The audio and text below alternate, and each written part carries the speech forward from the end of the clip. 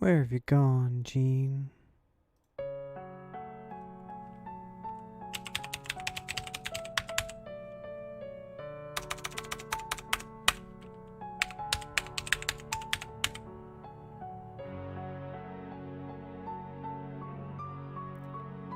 It's true, it's Season 7 of 2020 on Sim Racing System, and again, our dear partner in crime, Gene Dolmuz, has left us this series to go play ACC with his other friends. But it's not all sadness and black roses around here, because there's a new game in town. That's right, Emiliano Videla has joined the challenge. Unofficially, of course, because he's already in GTP, but he will be joining us for a one-on-one informal challenge this season. That's him in the picture. Hi, everybody. Playing around with some background music here. So we've got quite a field tonight. It's the Austin and Ethan show at the top of the order. James Leader, Vicente de Silva, Ryan Thomas, who I haven't seen in a long, long time, John Crane, Don Debian, all the favorites from PSR, from GTP, from elsewhere around Sim Racing System. We got all kinds of folks, and look at this, consecutive in the standings. Emiliano and me, less than 5 points apart in the ratings. It's going to be a really good show. So here we go. Enough playing around with music, and let's get into the series. Welcome or welcome back, everybody. I'm excited for this season. Emiliano was given the... Oh, goodness me. I don't know. I don't have the Pantera. I don't care. I just want to race. Can I race the game?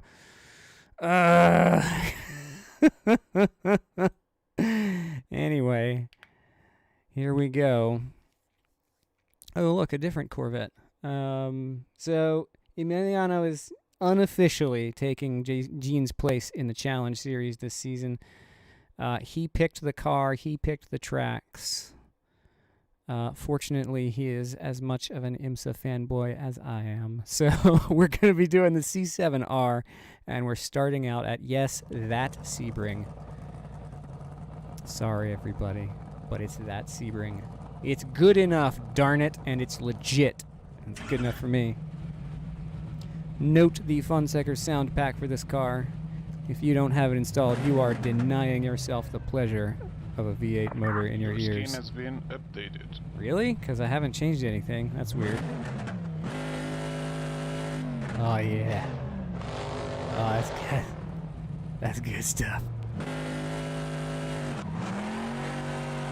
Oh, that's the wall. Woohoo! All right. Let's get out here. This is a race setup that I've modified from Road America from a while back. I've now softened the suspension, raised the ride height, messed with the brake bias. I have no idea because I haven't practiced on it. I don't know if this is going to work out, but let's get out on practice and find out, shall we? Sorry if I'm yelling, but I had the volume turned up too loud, and my goodness, that motor is loud. Ooh, she loose. Whoa, she very loose. Perhaps the brake bias is a little bit aggressively to the rear. Maybe it's at 56.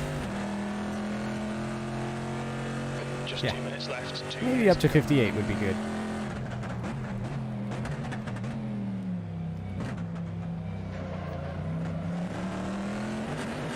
Drove against the AI just before the session started and got my butt handed to me. Ethan's here to play.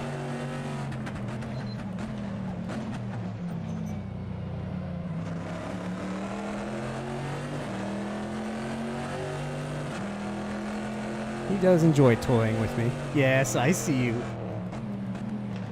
Whoa, okay.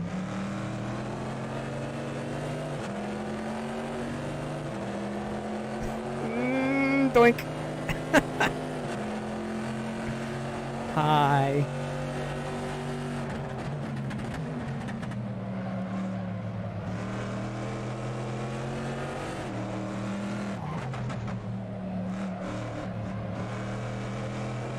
Woo!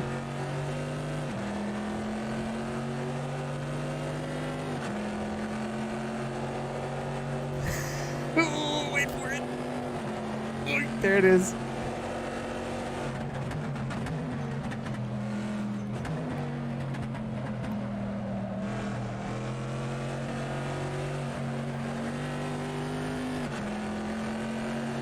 Out to the wall of death, but not unto it. Me too.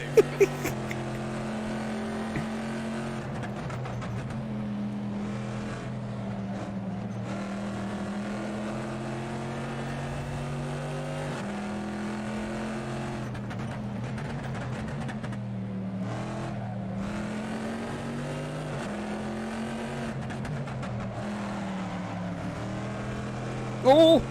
That's the end of the session. V3. Not in the curves, man. Oh, here it comes.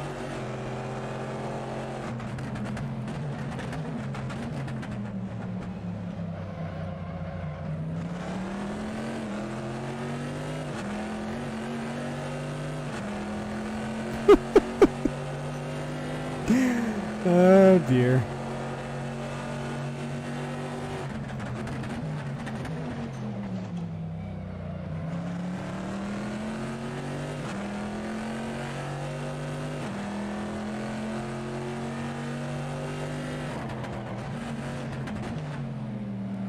Looks like I braked a little too early for him there. Oopsie. Sorry, Ethan.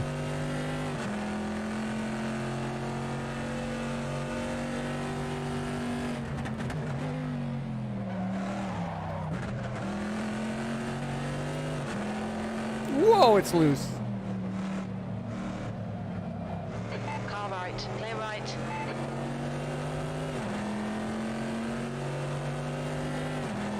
I know Juan has a skin for this race. I saw it on the forum.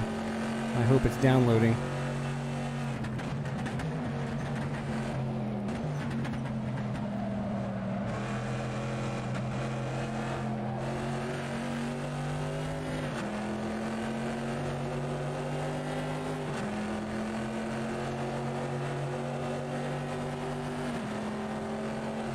On your left.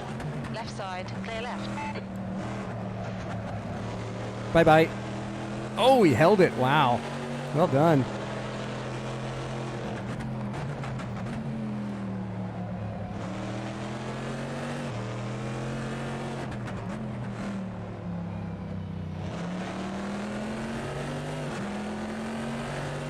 Here he comes again. Skins are ready. The rest will be stuff, but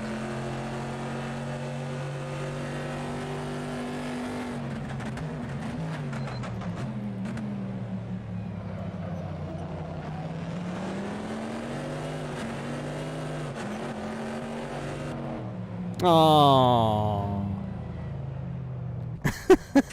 Well, that was fun. Let's rejoin the session with some liveries loaded, shall we? Oh, there's a nice screenshot of me and Emiliano in different GTLM cars. Oh, wait, no, that's the GT3 race. Oh, boy. Oh, good stuff. Well, that was enjoyable. It's too bad that would cost us points in the race. The whole bump drafting. your skin is okay. I actually care a little about the standings. Alright, that setup feels okay. It's a little loose, but what the heck. We're going to give it a shot. Tires, we're going to go to softs. Do I want more wing? I don't think I do. I think I just want to get out there and give it a go. How much fuel am I using? 3 liters a lap. I want to do about 8 laps, so about 24 liters of fuel. Let's do 30. Let's just do 30. See what we can do out there.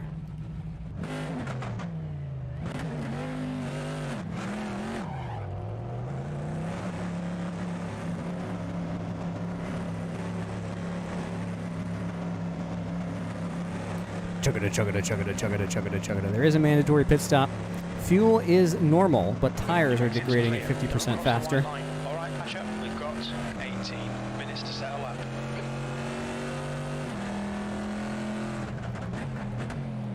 So tire wear will be the main determinant in the race here.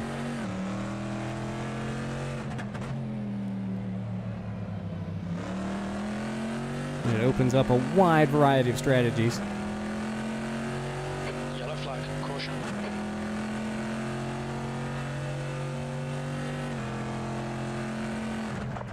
Skins, check, nothing new, carry on. I'm basically going to calculate how much fuel I need and then cut that in half. And start with that much.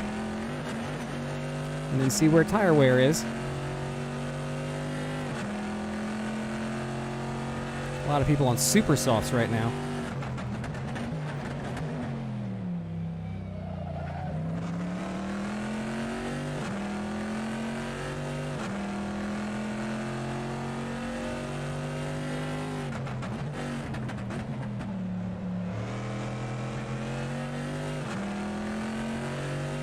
I think an alt strat of softs might be viable, but we'll see.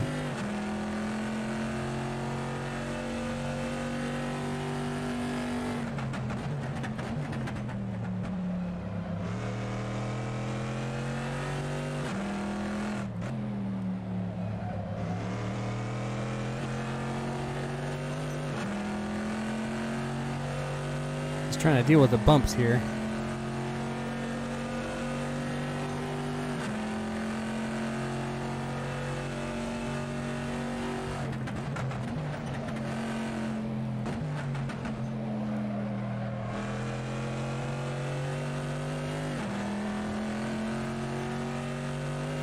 Tires seem to be doing okay for one lap anyway. Ooh, purple Yellow pips, flag, huh? keep your wits about you, mate. Take the position.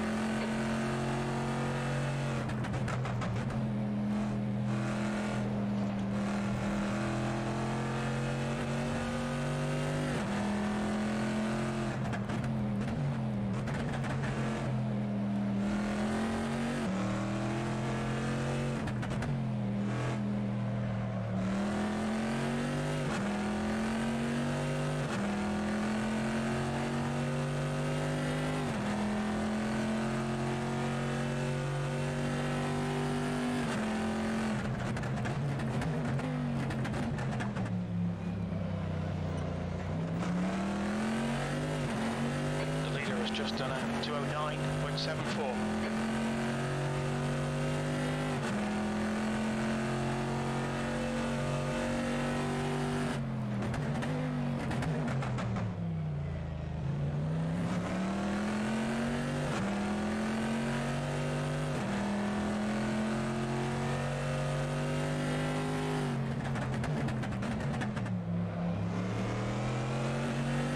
%seems to be a happy medium for brake bias. I think I'll leave it there.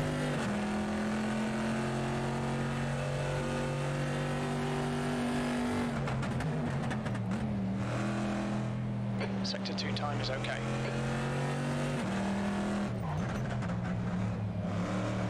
Okay, Pasha, 15 minutes left. That's 15 minutes. So bumpy, my goodness. Well, I'm about to set a PB, but that doesn't count for much since I've apparently never tried this combo before. Don't know how that happened.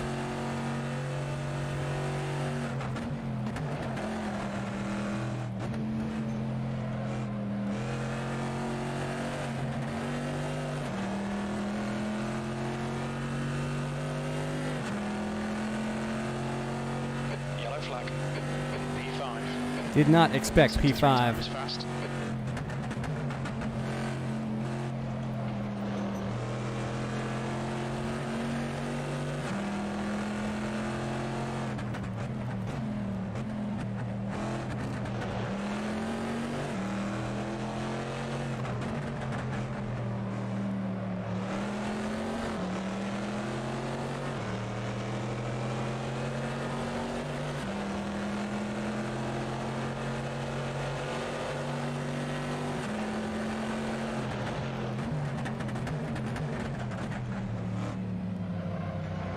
Sector 1 is 0.7 off the pace.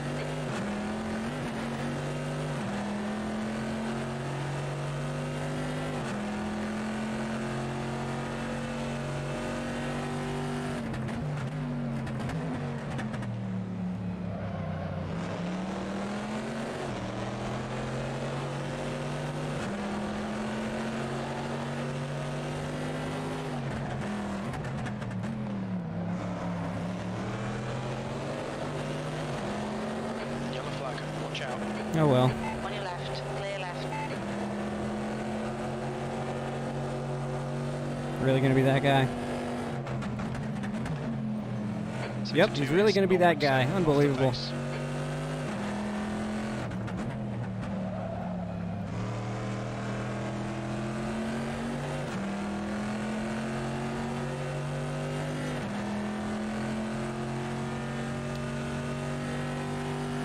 I'll throw the next lap because I think I might be able to get a better line through Sunset this time.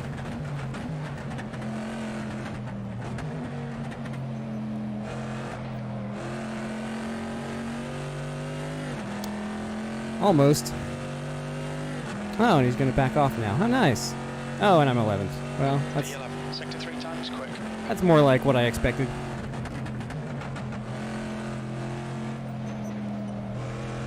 Yellow flag, keep your wits about you, mate. New fastest lap for D200.4. Holy crap. Oh, no. Come on. Oh. Okay, Pasha. Car left, clear left.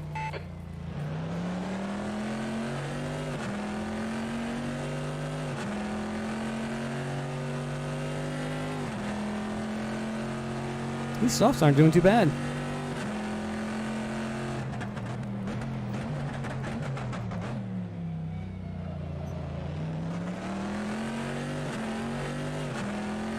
Your front tyres are cold. Ooh. I am the second place zero bandwidth driver. Look at that.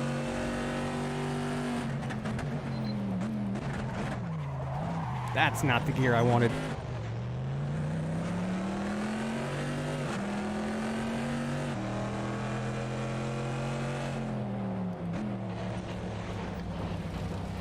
Bonk. Oh, I don't bonk that.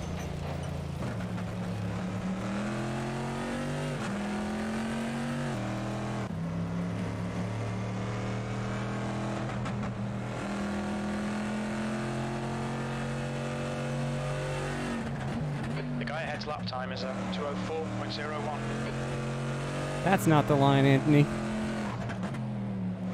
Yellow flag, watch out.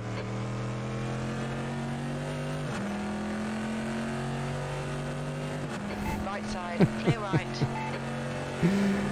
Oh, this will be interesting.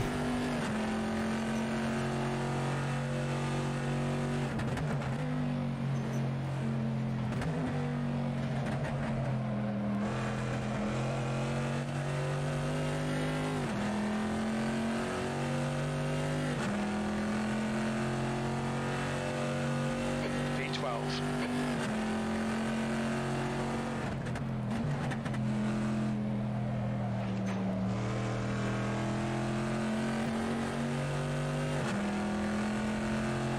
You've got 10 minutes left, 10 minutes to go. Yellow flag, caution. That was better. That wasn't.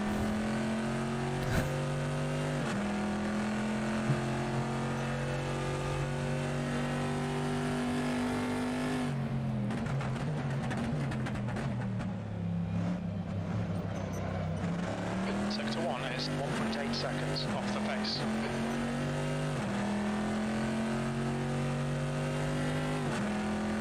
My teammate's kicking my butt. Good for him.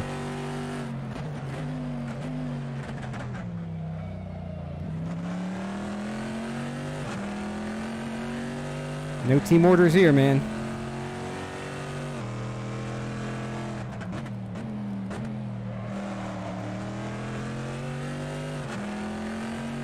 Threw it in there a little too hard. Oopsie.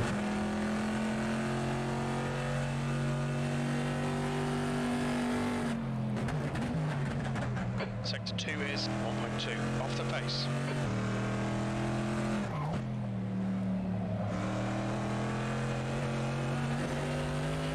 No, I threw the lap away. Gosh darn it. I'll get something, but I won't get as much as I needed to.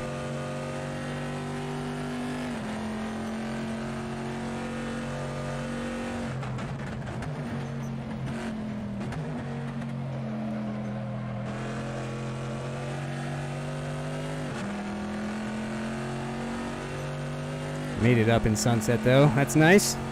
Where will that put me? V11. Back to 11th. 2 tenths off the pace.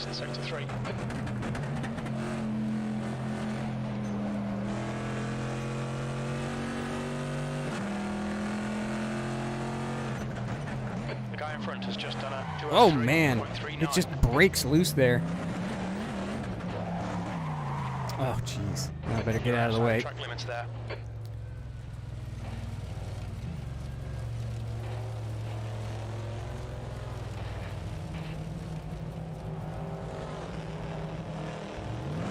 Oh, don't spin on the grass, dummy.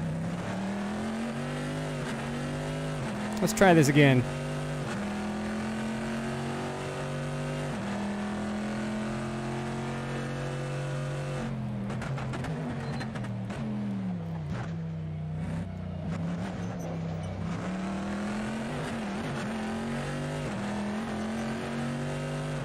Okay, Pasha, you've got half your fuel left. Stiffen the front dampers. It's good. Disappointing. Ah, the lap's already dead. Why not?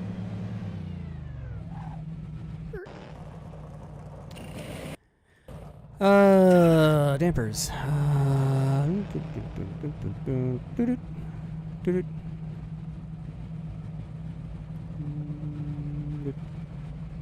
I loosened them up a bit, just because it's Sebring. We'll see how this does. That's a new fastest lap for D, 159.44. Why is you in this race, Dean? Too late at night? You don't want to burn out. That was a heck of a race on Sunday, wasn't it? If it takes it is clear, push now. I had a good time. Defending the honor of my mod and all. That was a really great session.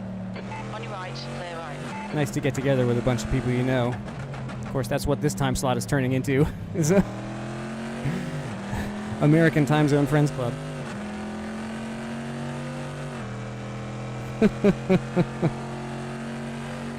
We're happy you're along too. I am surprised at how many European players stay up for this time slot. B12. Because, I mean, this race is going to run till like 3 in the morning. GMT.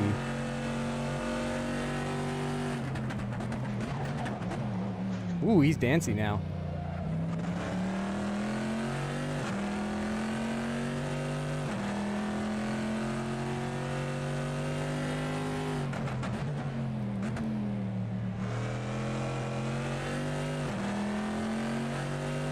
Doesn't feel too bad. All right, Pasha, 5 minutes to go, 5 minutes left.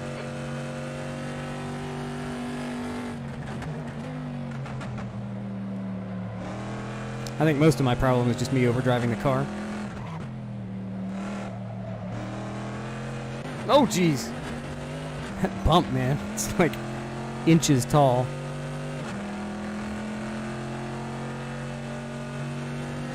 Just kind of launches the car. Fastest lap for D, 159.05.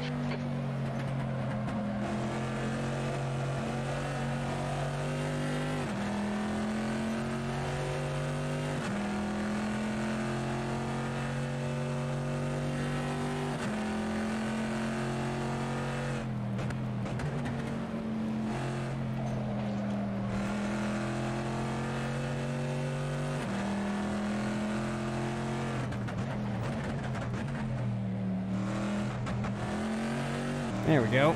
Yellow flag.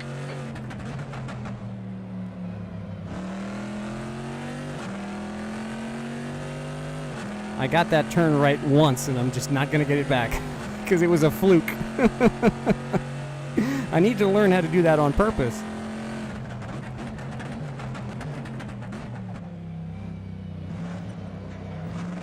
Sector 1 is 2.1 off the pace.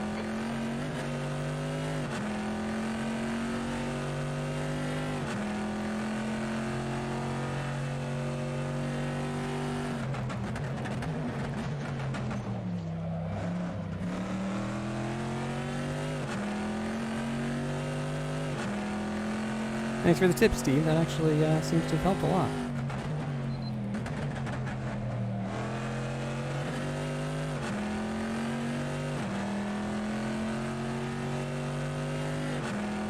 Also, me not driving like an idiot as much seems to have helped a lot as well. You're a second off the pace in sector 2.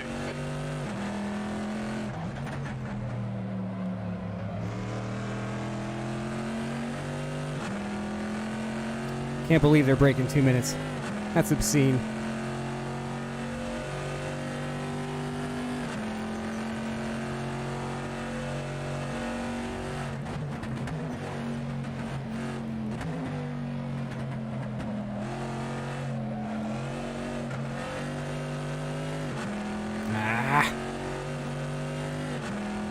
Greg's back ahead of me. Cool. V14. Sector 3 is 1.5 Woof. off the pace. This start's gonna be ugly. Ugly! 2 minutes to go. 2 minutes.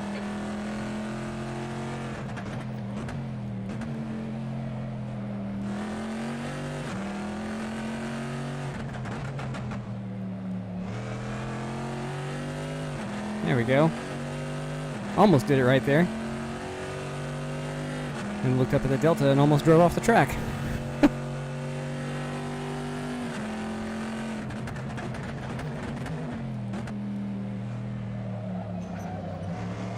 No! Sector 1 is 1.7 seconds. There it off the goes. pace. Dang it!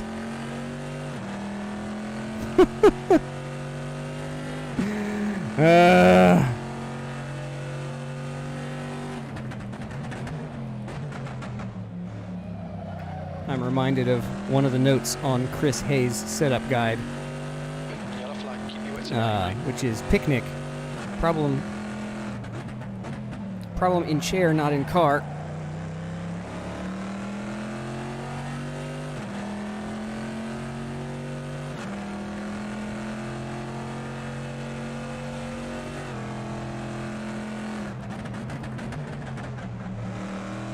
Sector 2 is 1.7 seconds off the pace.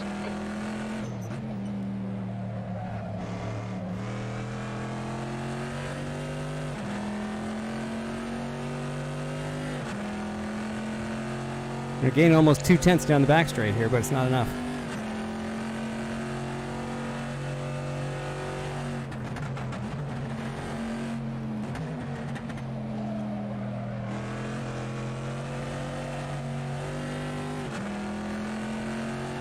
Alright, I gotta work out my... so I'm using 2.9 liters a lap, let's say, and we're gonna do... Looks like 31 That's the end of the laps. session. P15. 31 times... Well, even 31 times 3 is only 93 liters. So if I go 50 and 50... Sounds reasonable. So let's go 50... let's start with 55. That'll give us some leeway in when we want to stop. 55 and 45. It's a nice conservative thing. I'm going to start on mediums. 19, 20, 18, 19. Pressure seemed fine, so I'm going to leave those the way they are. 19, 20, 18, 19. 19, 20, 18, 19. We're going to change the alt strat to be the same, but on softs. And 1 pound lower all around. Cool. I think we are as good as we're going to get. Oh, I need to turn this back up to 58. There we go. Boop. We're gonna go high tire. Go 5. Boop. Let's delete that because it was worse. Let's delete that because it's from Road America, and we're down to just the one setup. Cool. Thank you, Andres. Are you in here? Are you in the race? You joining us tonight? Oh, let's do that. Good run yesterday at the IMSA Challenge. That was really fun. Really enjoyed that. Like TTC and the other Pro Sim Racing and Gran Turismo Panama guys putting that on. Fantastic stuff. Thank you, thank you. Hoping I don't need a lot of it, but I am starting 15th. So There's going to be a lot of chaos ahead, and at least looking behind me, I mean, look at all the people behind me. Anthony White, he's had some issues in the past, but he's getting better every time. Adam Pridgeon, who is a frequent visitor on Wednesdays for the Chris Hay community races. Sean Sebring's back here. Johnny Major. Jake Gabriel. Wow, why is he having trouble? This is his primary car. Vicente de Silva did not set a time. Very interesting. Greg. 60 minutes. Greg ahead of me. Mate, well ready, done, relax. man. All right, let's jump in the race. I'm on mediums. A lot of people on softs. Luis Ruiz starting on super soft tires. I have a feeling we're going to be going to the alt strat. But for now, what are my pressures? 19, 20, 18, 19. 19, 20, 18, 19. So we're going to go on the warp to pit strat for now. And hope we don't need to use it. And then we can be free to go to normal or alt as required. So here we go. If it gets bad, we can just warp and effectively start from the pits.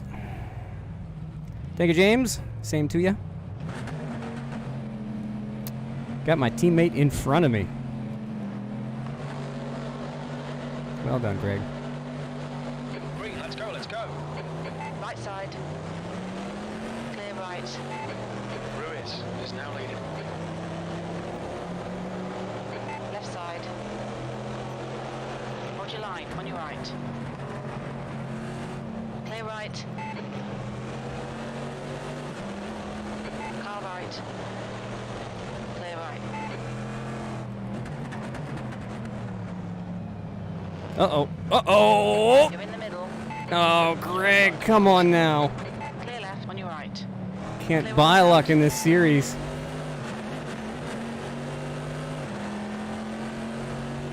That guy's lagging, whoever it is. Is that Emiliano lagging? Oh, no. No, dude. Well done, Pasha. Good start.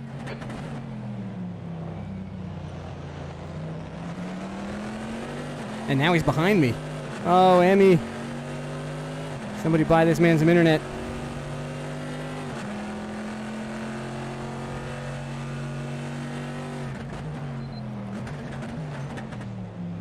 This is not how I want to win the challenge, my friend.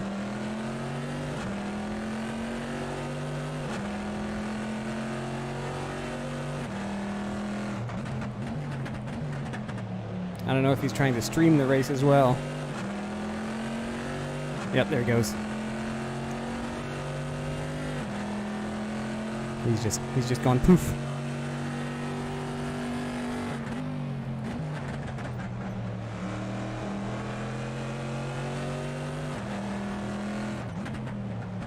Well, that's too bad. God, that bump, unbelievable.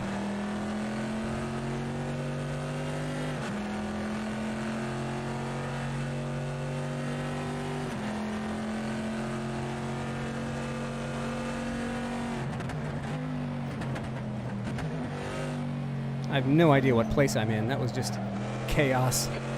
11th. I'll take it. Emmy's back. He's right behind Greg for now.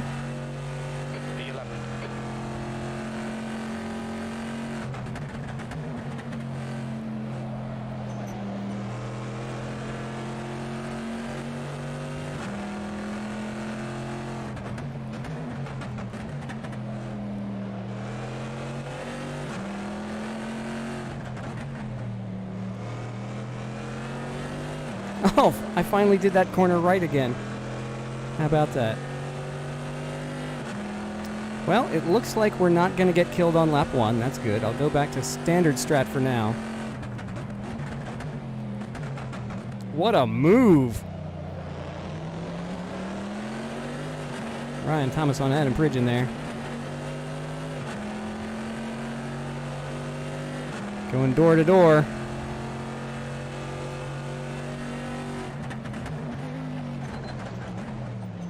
Ouch.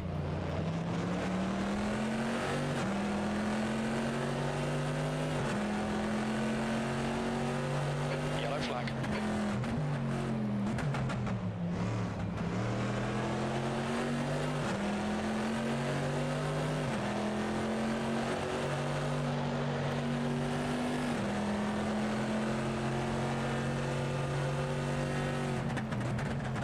I do want to mix it up in this battle. I also want to survive 60 minutes.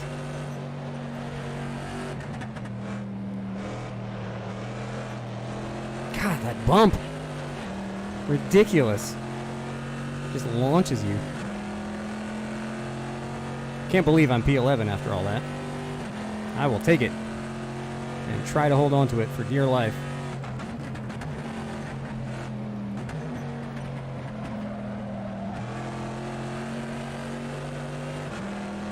Hopefully we don't see anybody touch this wall and go helicoptering into the infield.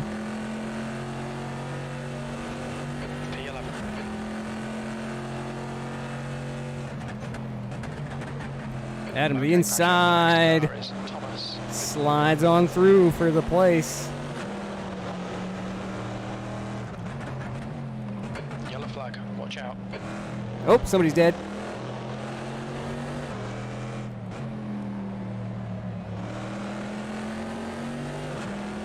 Didn't catch who that was. Too busy trying not to throw my own car into the grass.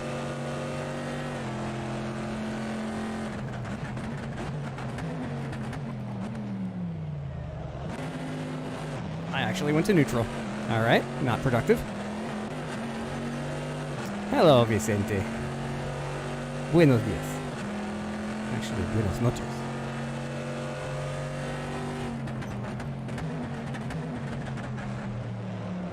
Oh no, that's not the line.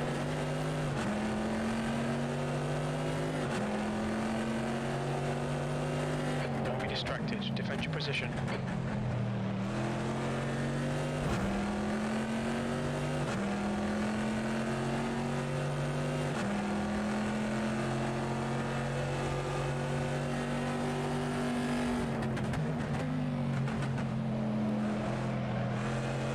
Tires all around. Oh, that's a terrible exit. Well, I thought it was a terrible exit. It actually kind of worked out.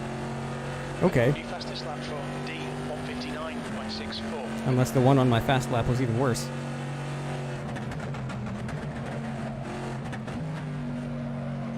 Oh no.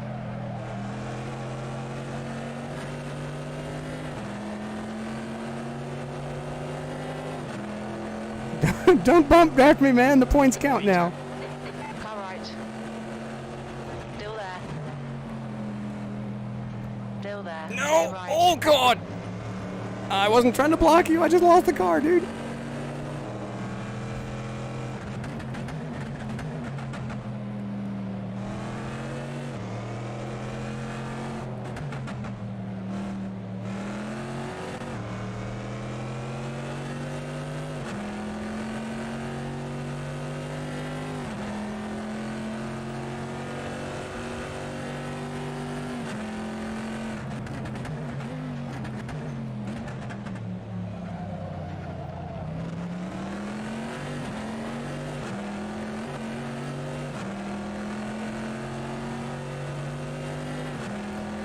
I'm thinking softs at this point for the second stint. Especially if I make it short.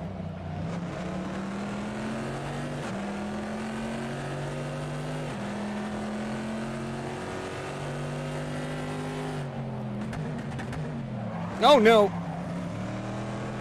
I'm sorry, Vince. I just keep screwing you up.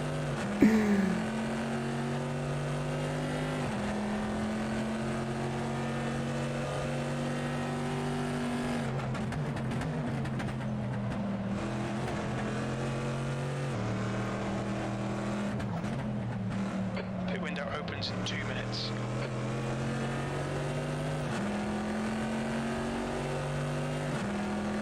I've got to stop getting in his way. I mean, it's all fair, but my goodness.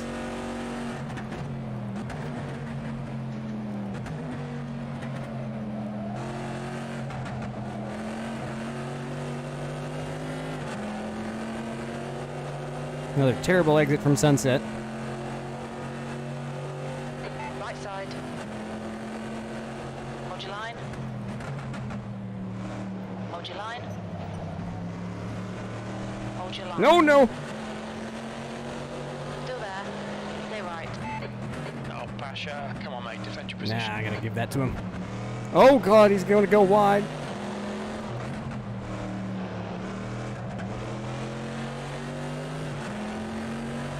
Pit window open See if he can- in 1 minute.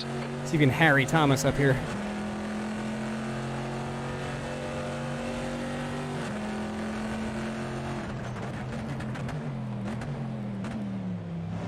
He should have had that a couple of laps ago, honestly.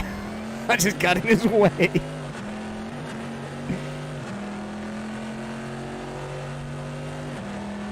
gap to Da Silva ahead is increasing. It's now 0.7. Yellow flag. Watch out.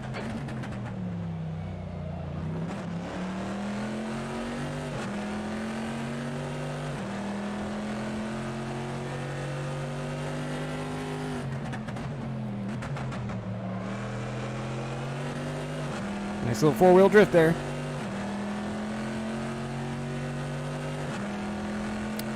Big gaggle up front. We're not out of this. Pit window open.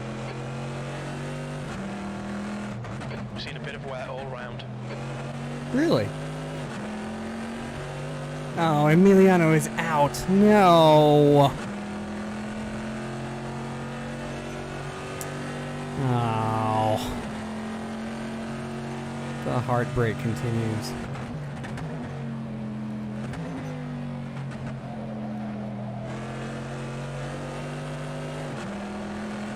Oh, the wall, the wall! Oh, man. The yellow.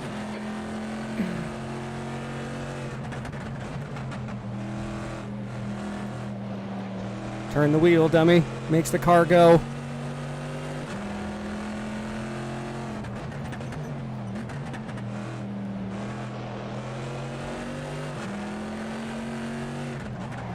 Oh, jeez. Turned a little too hard there.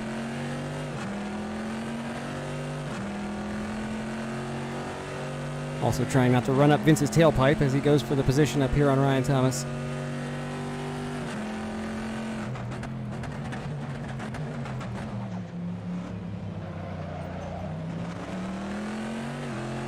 I am so sad for you, Emiliano.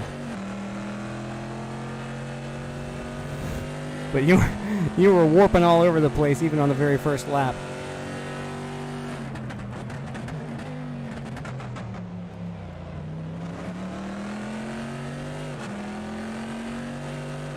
How much does it cost to lay fiber optic cable across the ocean? That would be a pretty big GoFundMe page, but we need to lay a line from Argentina to Portugal. Or maybe to Canada, where the U.S. races are hosted. The gap to Da Silva ahead is increasing. It's now 1.9.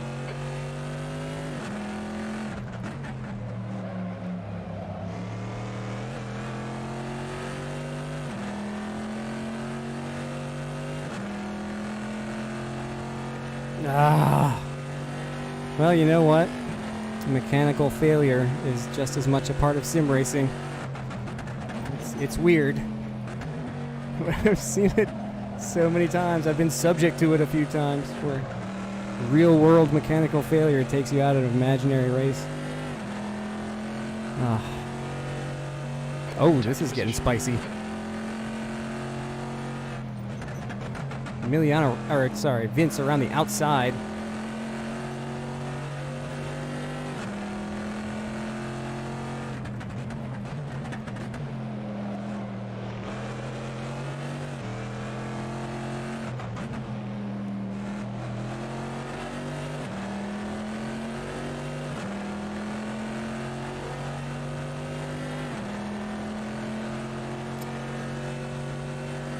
This is good. I'm happy with this. I'm just sad that I don't get to share it with Emmy. Who is this in front of me? That's Ryan Thomas. Caught him. See how this goes. Got a big gaggle here. Anything can happen.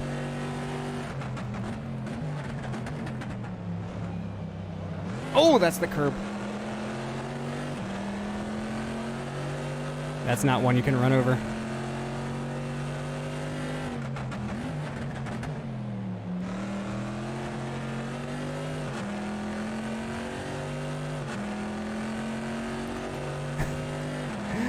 I don't know. It's not fantastic, but it's still Sebring-ish.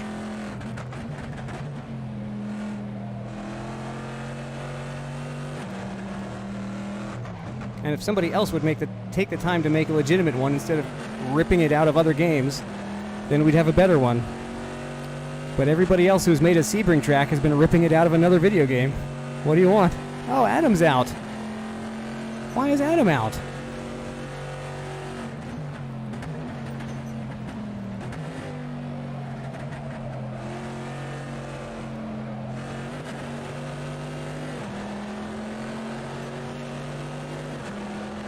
Oh no, dude. Car left. Still there. Clear left. Oh jeez. He lost the car just like I did. I was hanging back because I expected it to happen. Because he was in exactly the same position that I was when I lost it in front of Vince. So I just let him do it. And there he did it. I didn't take the place, but I also didn't get knocked out. This is going to be interesting. And man, people dropping like flies right now.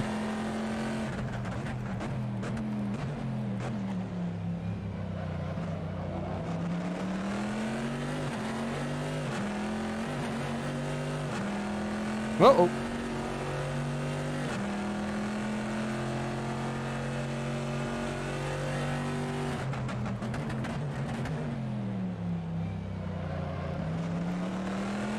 Gap to Thomas ahead is increasing. It's now 1.0 seconds.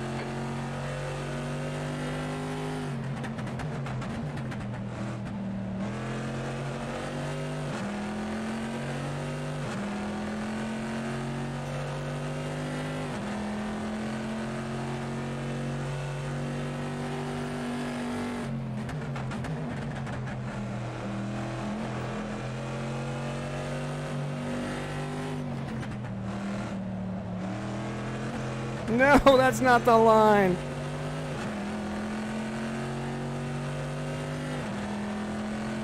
Oh, that is the most frustrating when you practice and practice and practice and then something stupid takes you out of the race.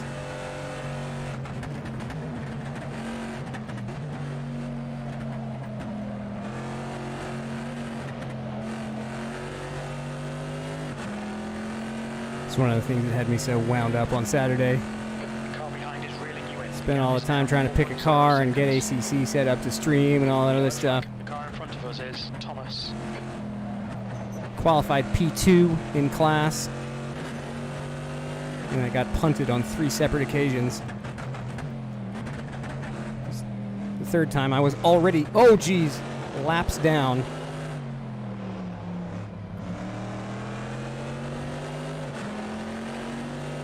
And got punted again anyway. At that point, it was like, nah, I'm done.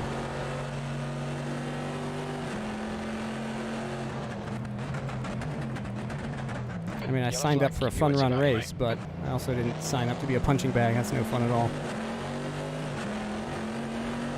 Especially when I had a chance to do well. But that was Saturday. And this is tonight.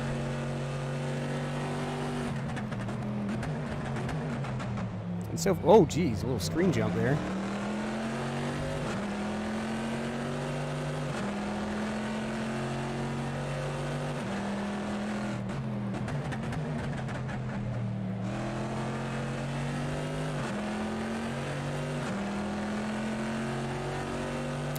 Oh, the one we used in the PSR race was an R Factor 1 conversion. That's interesting.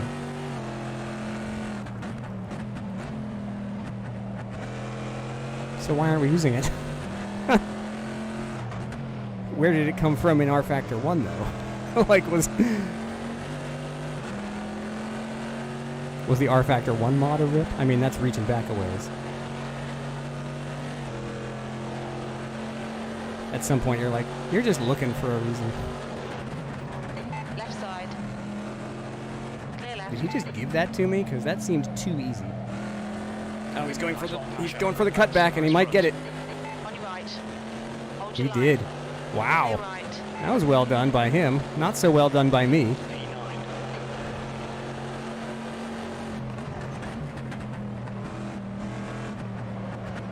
Yellow flag, caution.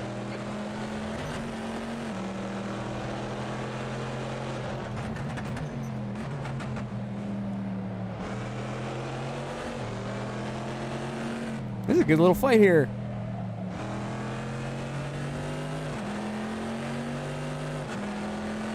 How's my fuel?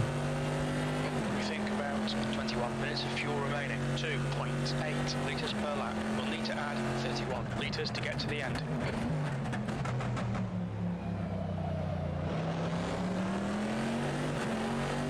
Ooh, what about a fuel-only stop? Can you do it with 150% tire wear? That would be daring.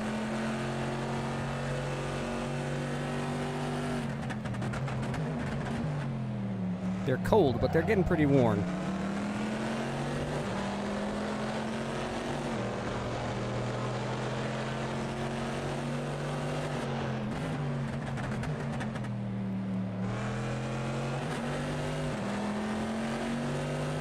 I'm staying back from this guy. He makes me a little nervous.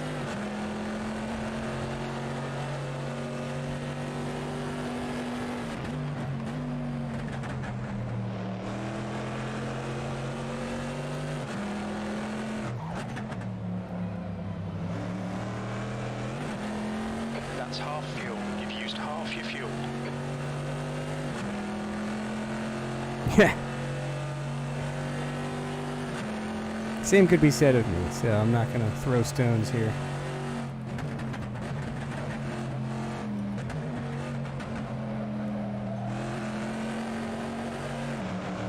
That cutback he got on me last lap was textbook.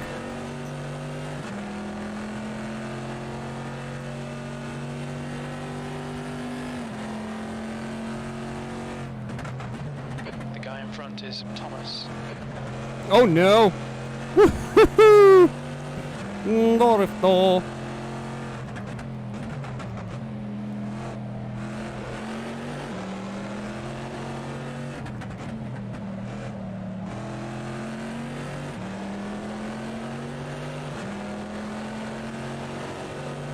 So interesting to see the vastly different lines people take through these corners.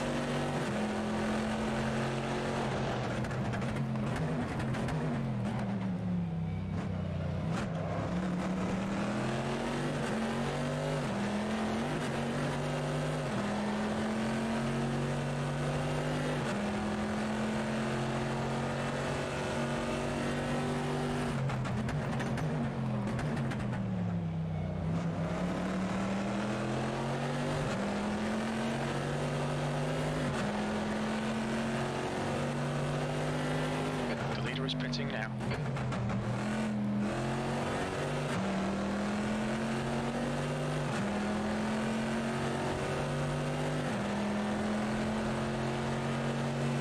That's early.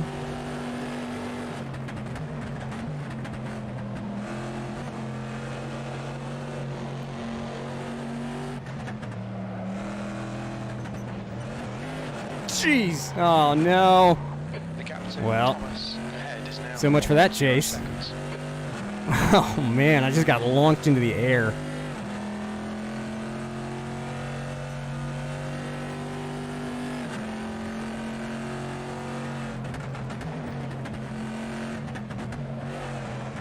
Now the tires are hot.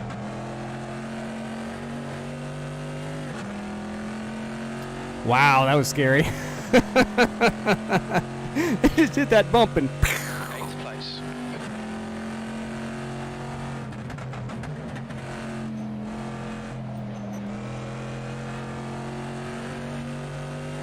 need to pick a new line through that corner. Oh, geez.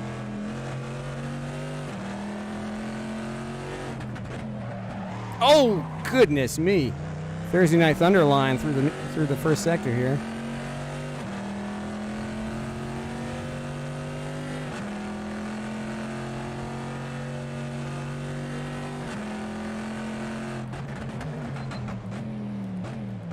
What gear do I want? Oh, right, it's first.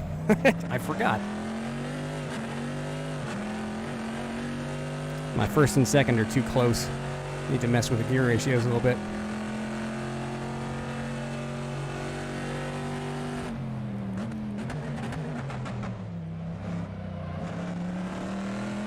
The gap behind is now 1.8.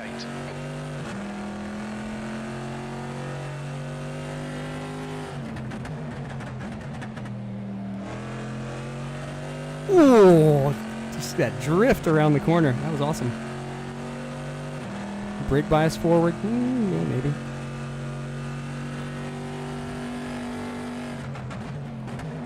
Oh, oh, oh, oh.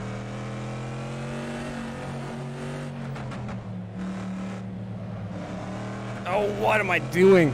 Besides messing up.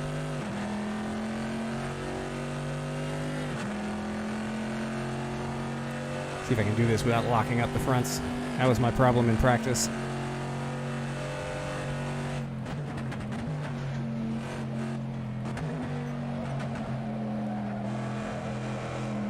Okay, Pasha, the next car is Thomas. Well, let's see if we can go catch this guy before Sean catches us.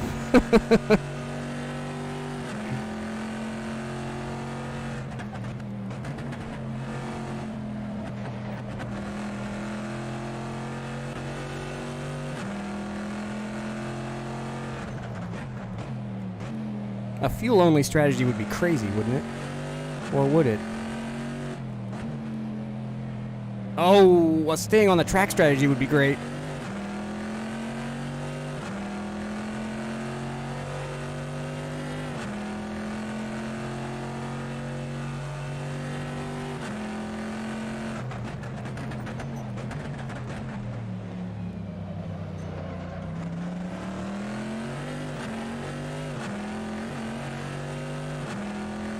You don't think so? I'm getting pretty worn, but I guess, I don't know. The leader, Dean, is pitting.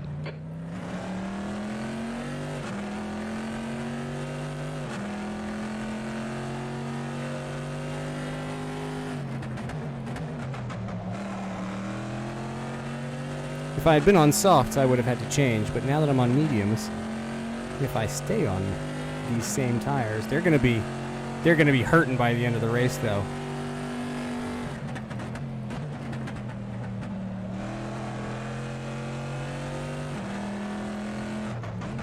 But I certainly would gain some time in the pits by not changing them. Well, we got 6 laps. Oh, the left rear is already yellow.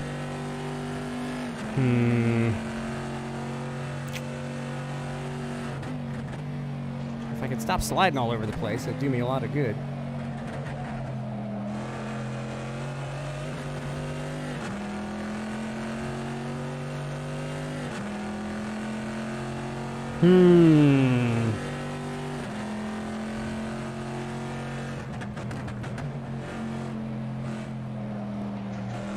It would gain me a ton of time in the pits to not change tires. But would I lose it on the track? And by lose it, I mean throw the car into a wall somewhere. But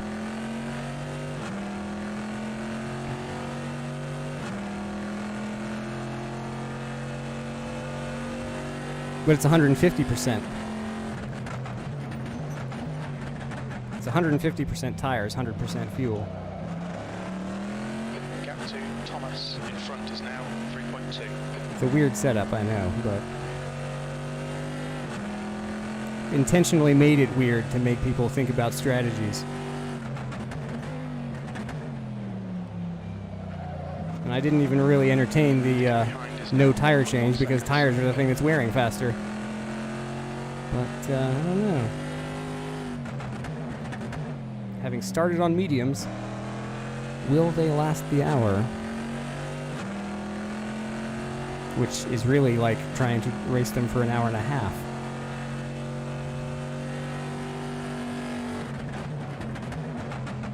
Oh, the pros double stint tires all the time, right? That's why they're professionals.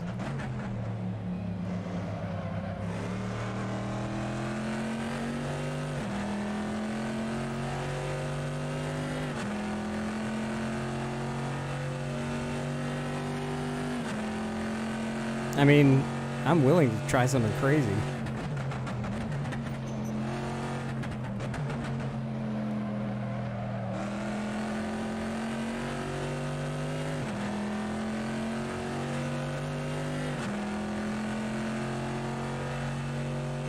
P8. No, I only need 30 liters. The driver in front of us is Thomas.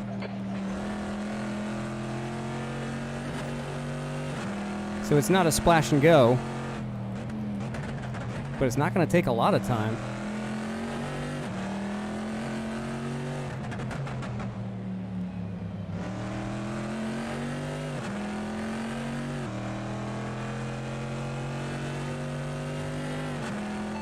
How's my fuel?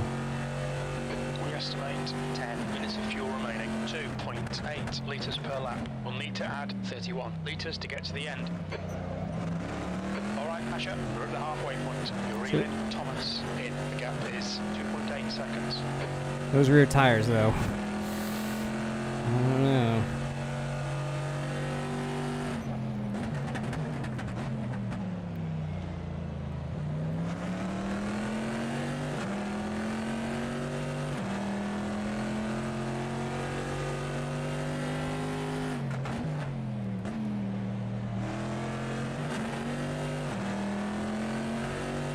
I'm thinking if I run out this tank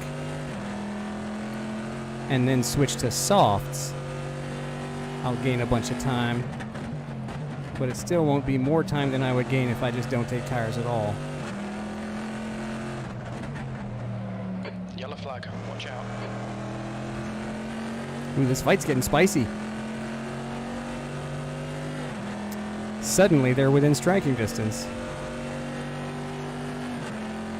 The next car is Rodriguez.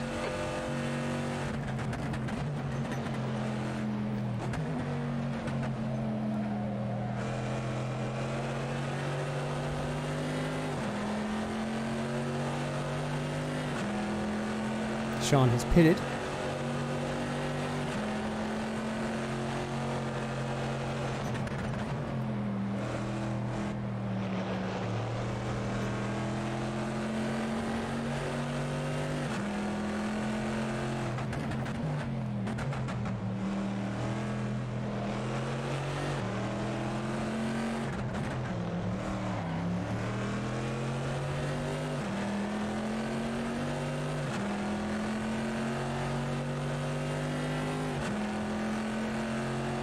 This is interesting. I don't...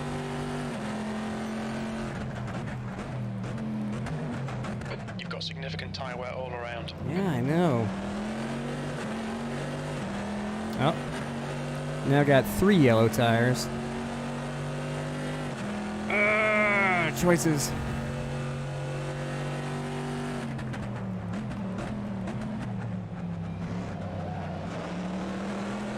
The gap to Rodriguez. Ahead is now 0.6.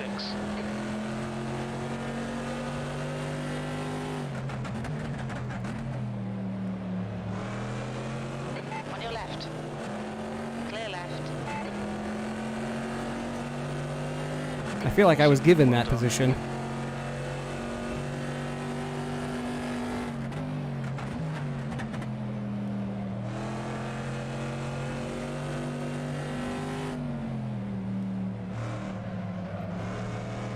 Right side. Clear right.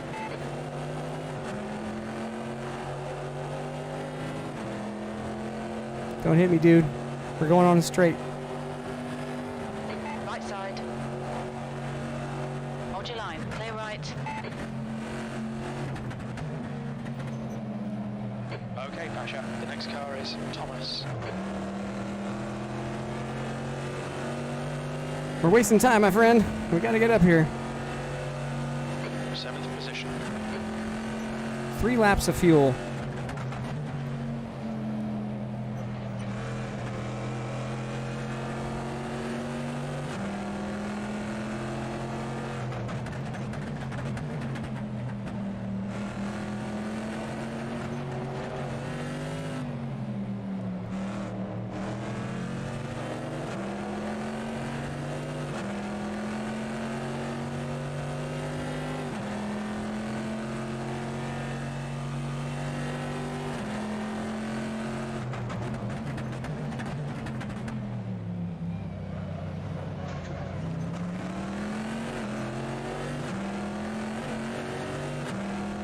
If I'm going to change anyway, I might as well tough it out, make this stint as long as I can, and then jump to softs, I think.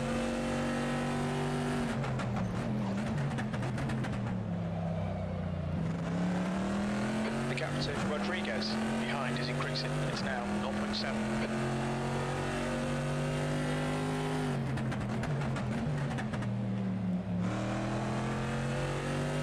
I actually managed to turn in with the brake there. Do you see that? I'm learning.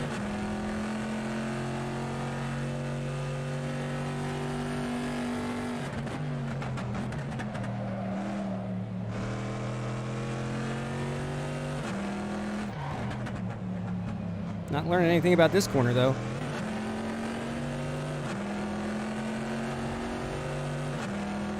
Alright, what the hell? Do I want to waste time on damage? I don't know. Okay, Pasha. 5 minutes of fuel remaining. 5 minutes.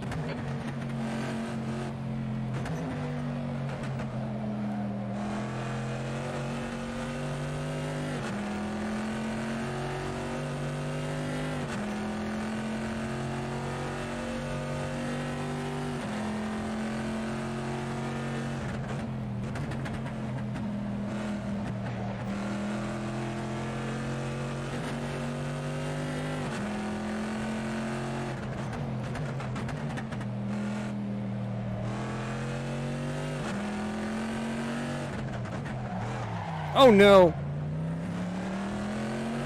That's a line.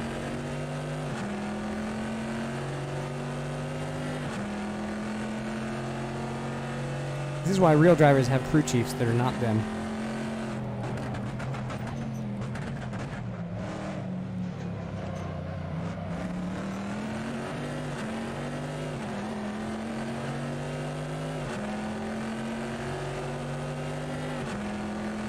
Yellow flag.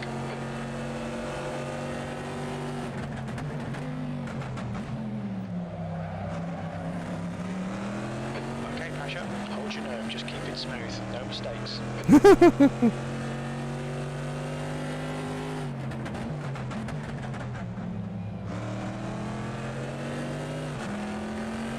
I don't understand why this guy hasn't pitted yet.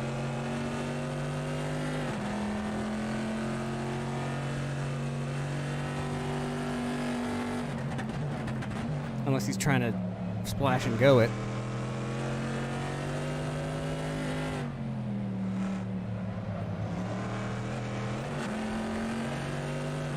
Oh, he hit the bump. He hit the bump and got launched. Well, this is my last lap of fuel coming up.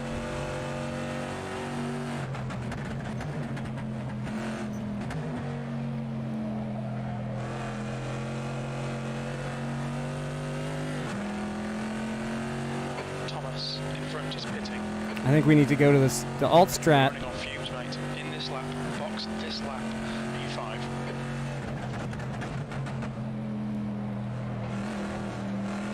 We can have an unhurried lap all to ourselves. Hopefully get a good time on the books.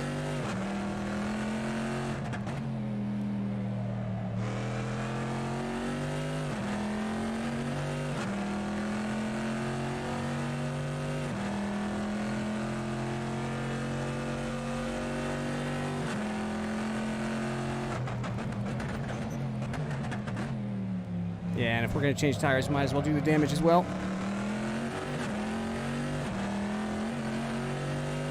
We'll come out on softs and see where we go.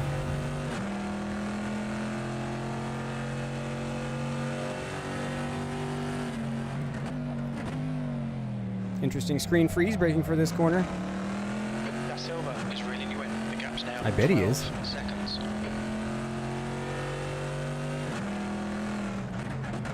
I forgot which corner I was in. I thought I was in the next one. What's up, Ramiro? Welcome to the stream.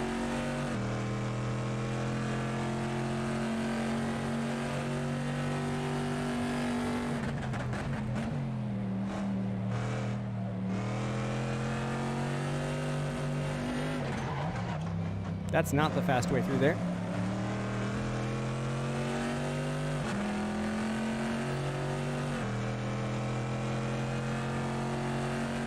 I don't think I have any body damage. I just have the engine tweak, which is probably like nothing. Alright. Let's see what happens. 1 litre remaining. I don't even know where my pit stall is. Look out for the pit It's speed right limit. here.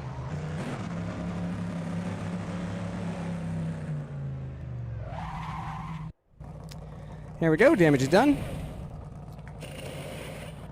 Whew. – 20 minutes remaining. You've got 20 minutes left.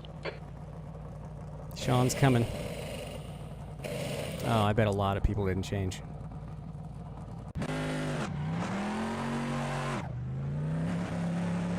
Oh, this pit lane, come on!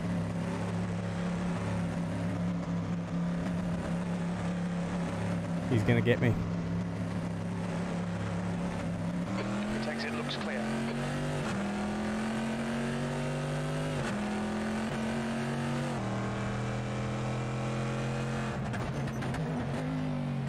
And I immediately blow the engine up again.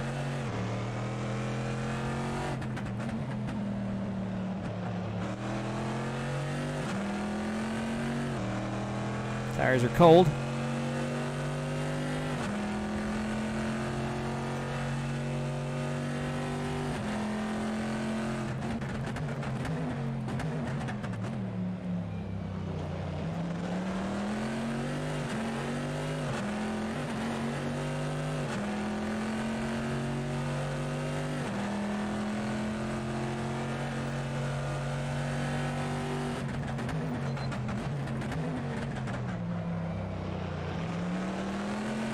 Patch up. You're gaining on the guy in front. The gap is 0.7.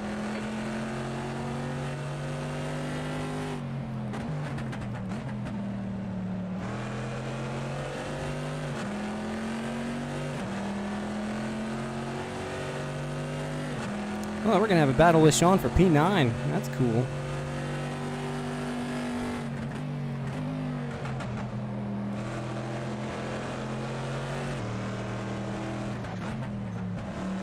You've got cold front tyres. Good God! Where do you go through that corner? It's all death.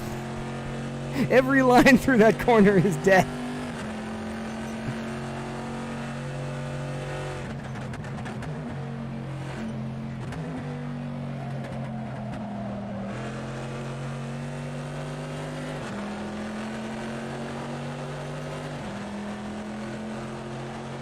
On your right.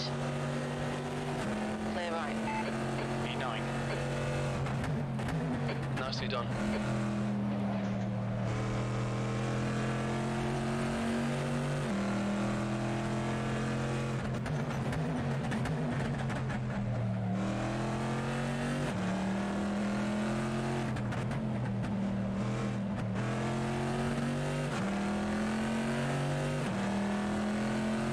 Woo!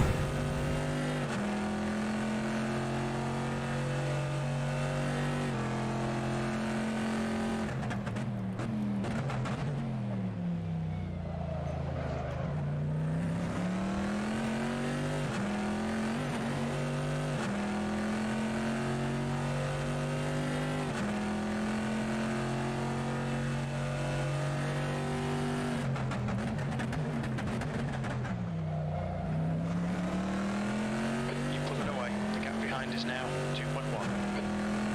It's the gap in front I'm interested in.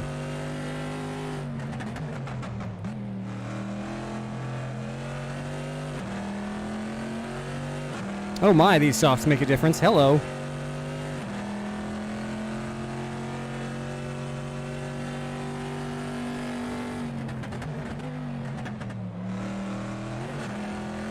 As long as I don't grind them off.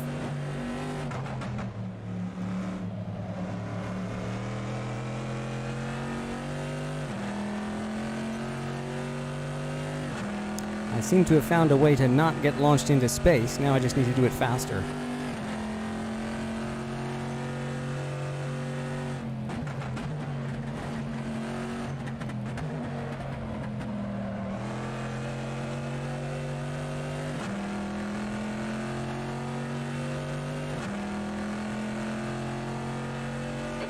Last lap was a 2:03.00. That's your best lap in this session.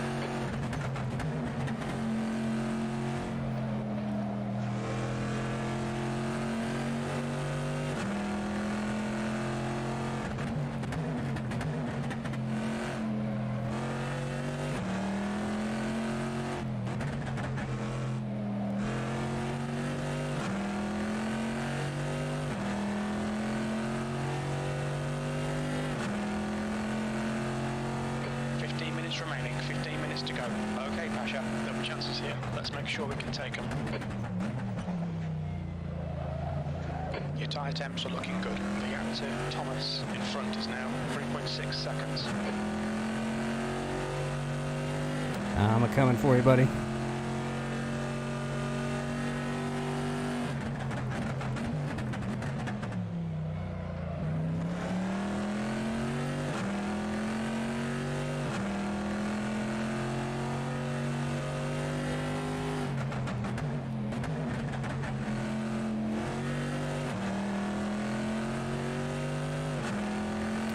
Whew! Yeah, these softs are different.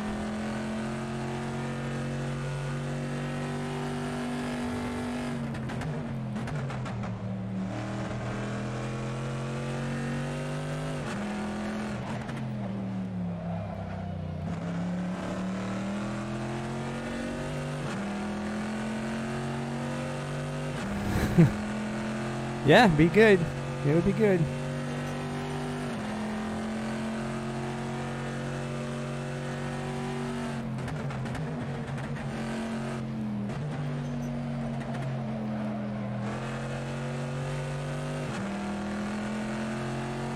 Down into the 202s all of a sudden.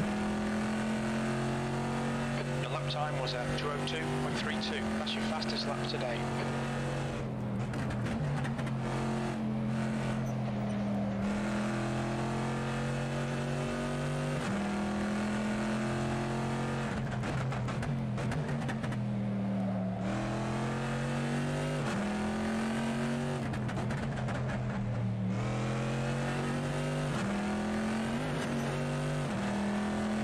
It's so tempting to slide over to that curb, and then you hit it, and it's like, ugh.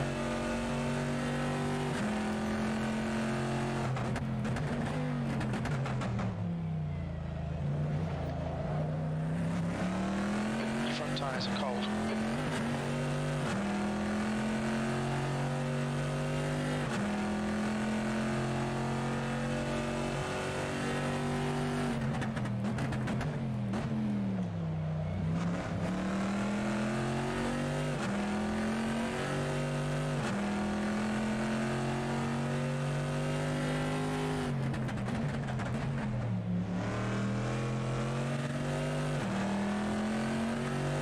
I feel like the brief time I've spent playing ACC has made me a much better driver lately, because Ahead is now 3.0. ACC really forces you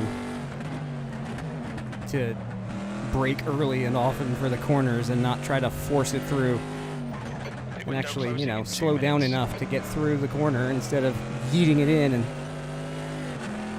throwing the car into a wall. And learning how to do that in ACC, I think, has really helped me out in the past few seasons over here where we're running GT cars.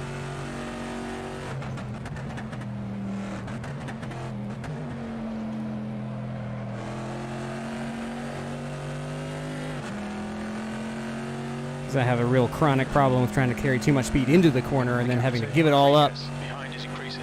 It's now and then my exit was all messed up. P8. That lap was at 2:02.36. ACC just will not let you do that. Yellow flag, caution. Or it punishes you for doing it. And learning how to get away from that in ACC has really helped me over here. Finding out a lot of my car control problems were the guy trying to control the car, not the car itself.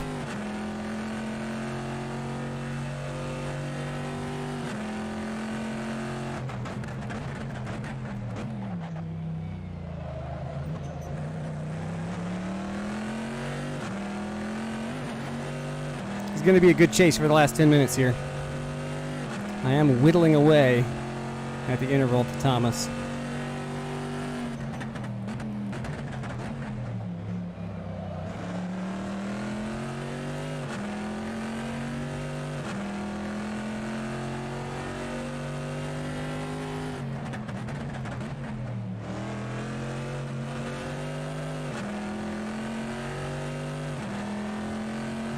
Woof.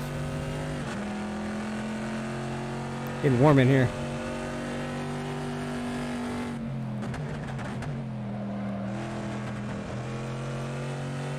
Okay, Pasha, 10 minutes to go. That's 10 minutes left. Pit window is now closed.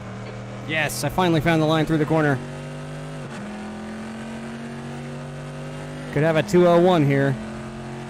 That would be pretty cool.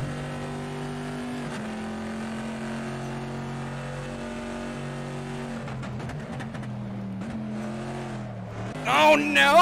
Oh, I hit it. God, what an idiot.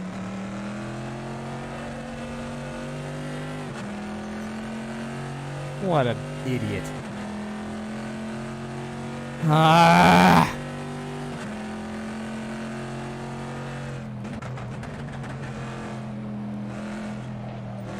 Went chasing lap times. Tossed the car into a wall.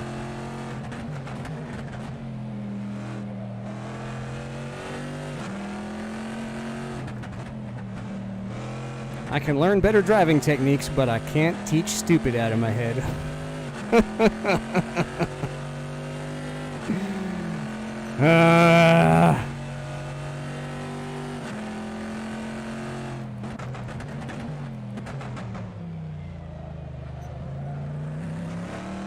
You're reeling Thomas in the gappers now. 3.3 seconds. F's.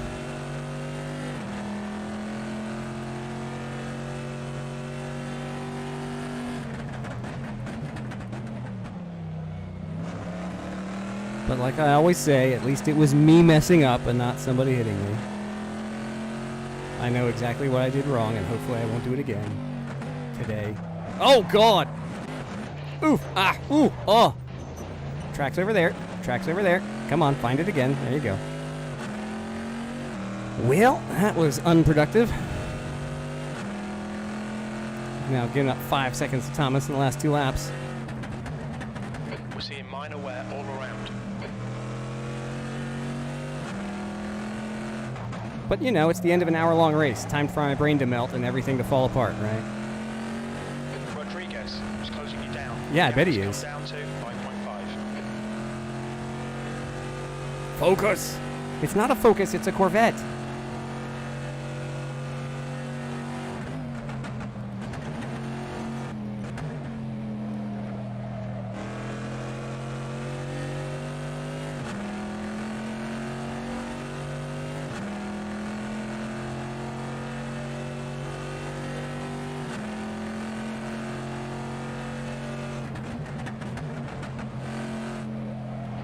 Oh, jeez. Hi, I found a bump.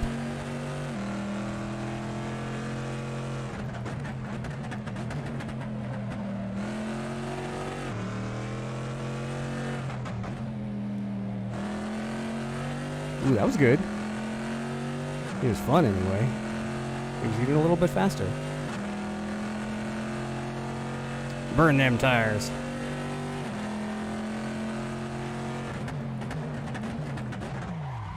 Ooh, not that much though.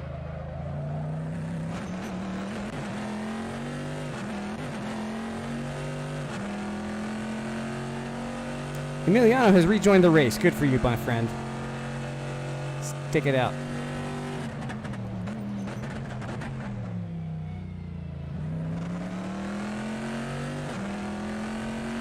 Go the distance.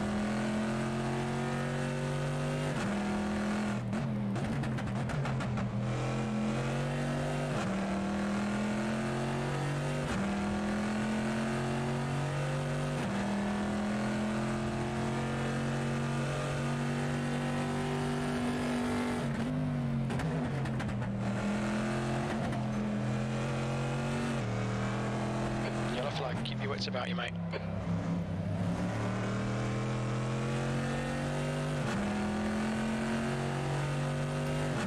Ah, 5.5 minutes to make up 6 seconds. That's a tall order. But hey, if he messes up like I did, it's anybody's race. And if I mess up like I did, Estefano will catch me again.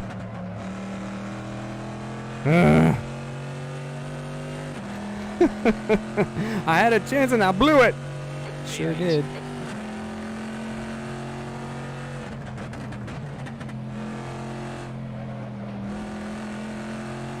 I sure did. 5 minutes remaining, 5 minutes left.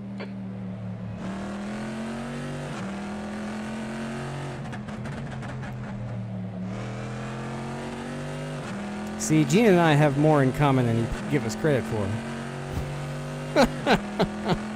It's the last 10 minutes. Time for my brain to fall to pieces. That's still too late on the brakes. Just like it was last lap.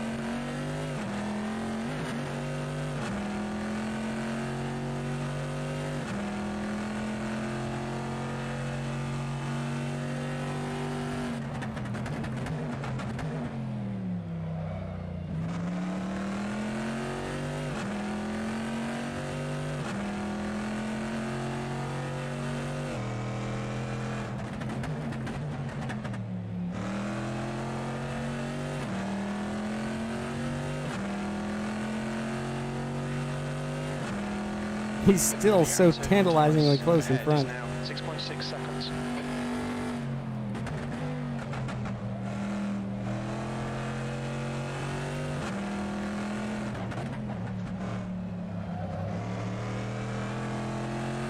Hey, I lived. Okay, Pasha, you've got 10 minutes of fuel remaining.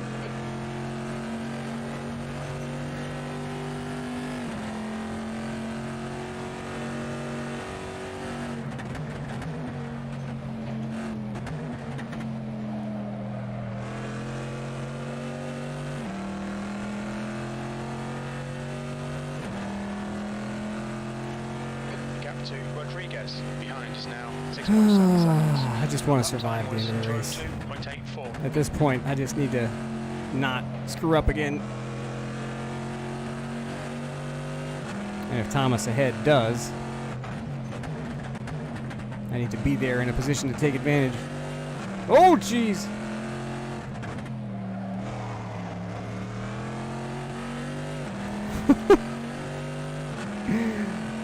Whee! It's fun. It's a fun car. I love this. I love this car.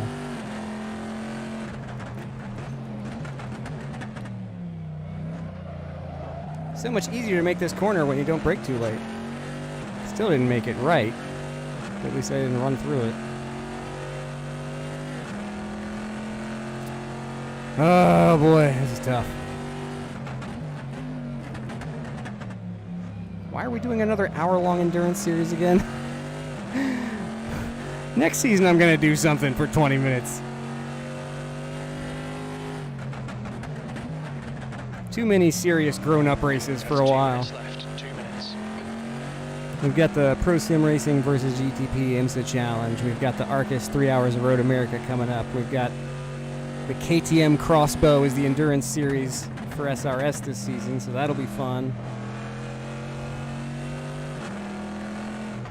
Sean wants to do 60 minutes in a road car.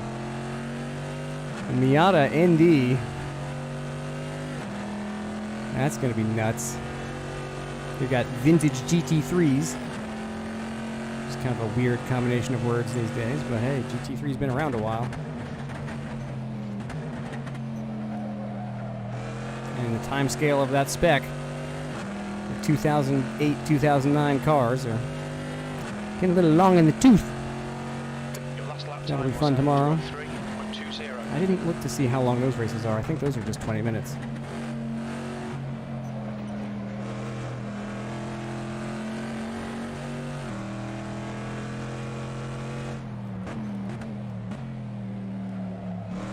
Need to get my MP4 paint job finished up. It's most of the way already, because I thought we were going to do this last season. But it got postponed because the regional endurance series was GT3 cars, and we just didn't want to soak the season with GT3, so we soaked it with GTLM instead.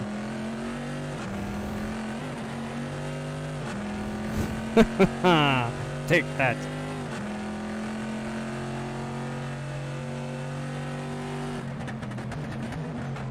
Why is the fuel light on? How's my fuel? Should be about 6 6 minutes of fuel left. Okay, great. 2.9 litres per lap.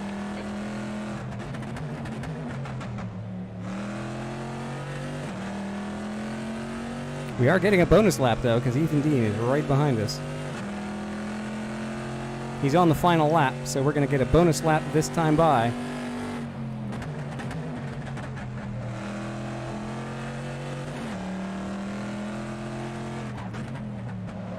Your tyres are all looking a bit worn. Yes, they are. I'm looking a little bit worn.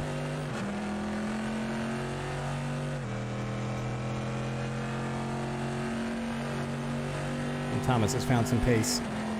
He's stuck that interval constant.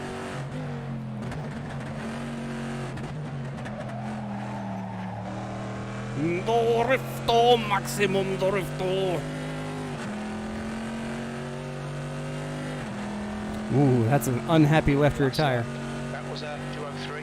White flag, white flag.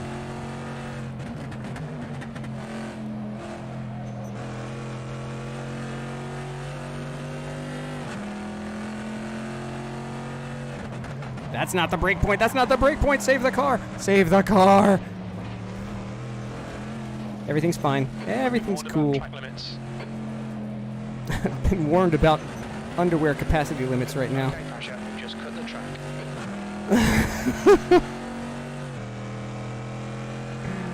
Ugh.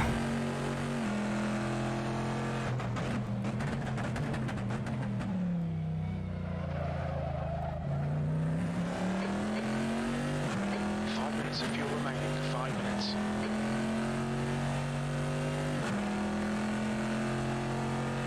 Well, it's only fitting that the host close out the session, right? Last car on the lead lap, but it's an 8th place finish, I think.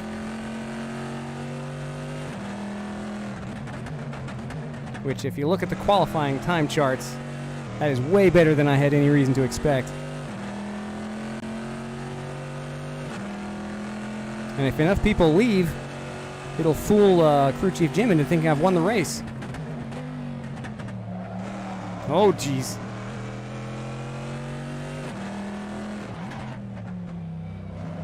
Don't bin it now.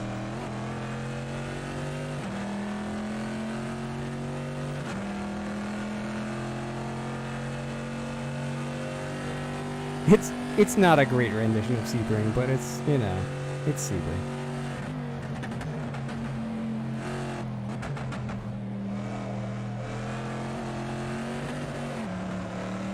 It suggests the ambiance of Sebring.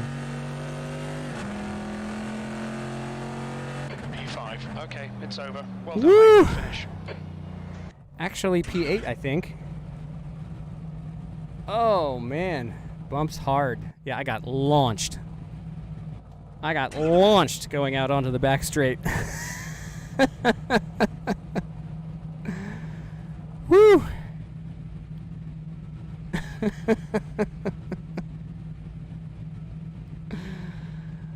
Oh. That was tough. That was tough. I am moist. Yeah, T1 is hard, but that turn coming onto the back straight, there's a bump there that just tosses you into the air. It's kind of crazy. Let's jump into this replay. Greg, man. You out-qualified me. You had the pace, and we get into turn 2. And, what? Hot Wheels. Did you find another Hot Wheels livery? Because I'm making a Hot Wheels livery. A ramp, yeah. Oh, man. Oh, right, the cameras on this track are also kind of gross. Let's get into this thing. You know what we're starting with here. Where is it? There it is.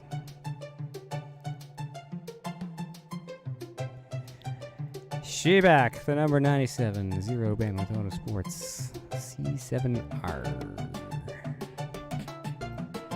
Love this thing. A reimagining of the first livery I ever did. That one was number 0. This one is better because it has all the silly default stickers removed finally. I don't think I have any interior wackiness. No. But there it is. Very cool. That's a stock livery, by the way. That's cool. Oh, Adam's livery did not come through. No.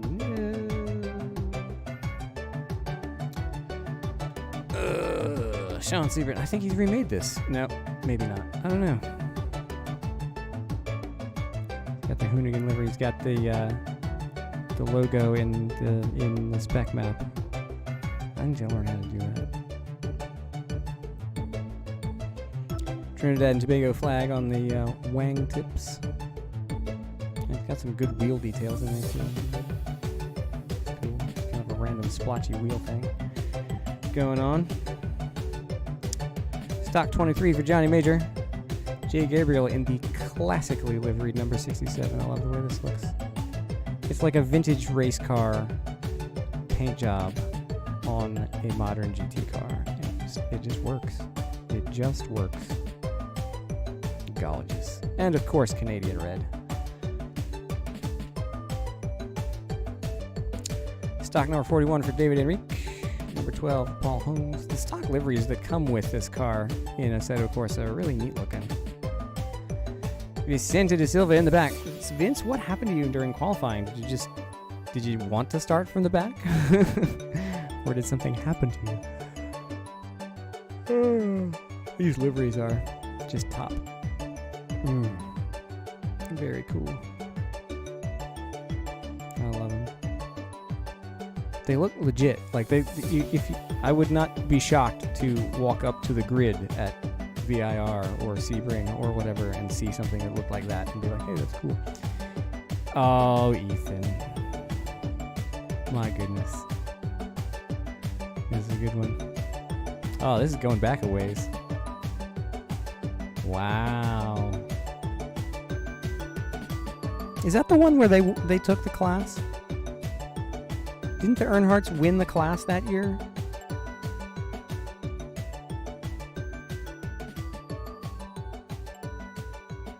I forget. URD made this car? That's interesting. I didn't know that.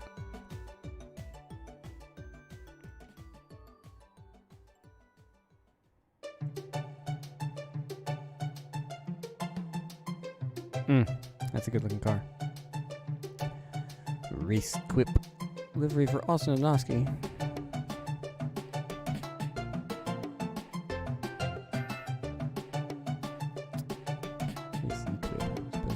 That's cool. Wait. Designed by... Oh, look at that! Oh, you two. Wait. This UV map sucks.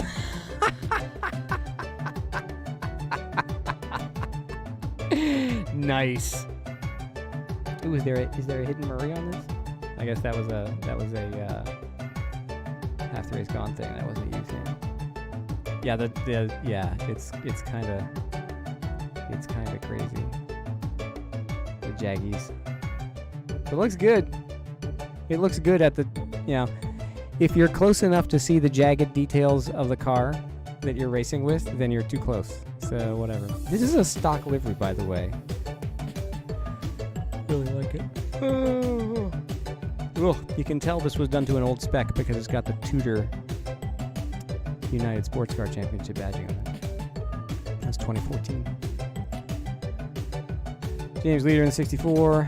Emiliano Videla, the number 5 that I wanted to race with tonight. It was not to be. Sadly. I did not want to win this round by default. Pitwall grabbed you. Oh no. They do that, Ooh, look at this. Wait, is this one of the stock ones? I forget. I don't think it is. It's not. That looks very cool. Wait. Is this...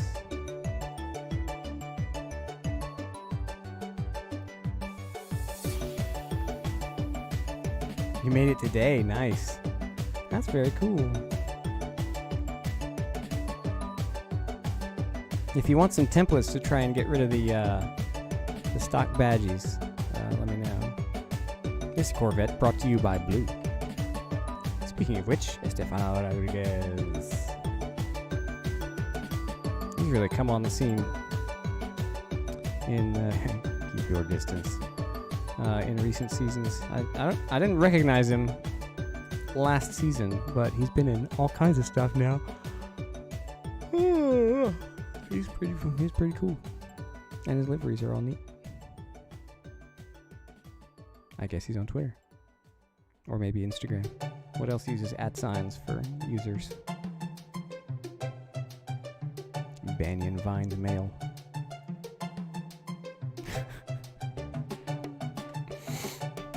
Mark Legudis, ooh. He usually does blue liveries as well, but look at this thing. That's cool. Oh, look at that. He's got like a smoke effect, like the white paint is flowing over the back of the car. That is neat. Me likey. Me like a long time. That is really cool. Huh. And now it's mine. Juan Coyotes in the number 12. Very nice. Hey, I recognize those number plates.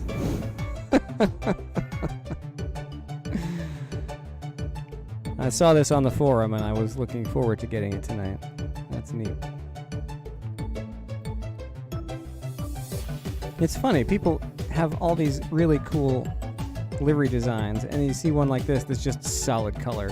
Just pick a solid color and put a stripe down the middle. It's like, you know what? This looks pretty good too. I'm a fan.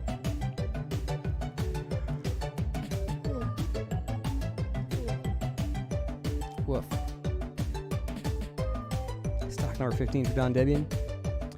41 for John Crane. Here's Ryan Thomas. Here's the car I was chasing for most of the race. That's cool. Nika Whiskey. Haven't heard of it. The Nika Whiskey Distilling Company. Speaking of which, well-oiled Velociraptor apparel. Is that from Monster Hunter? The girl on the hood carrying a big old sword. I don't know.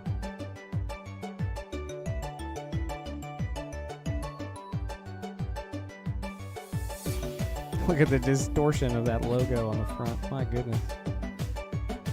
Oh, and that's just backwards. Alright, cool.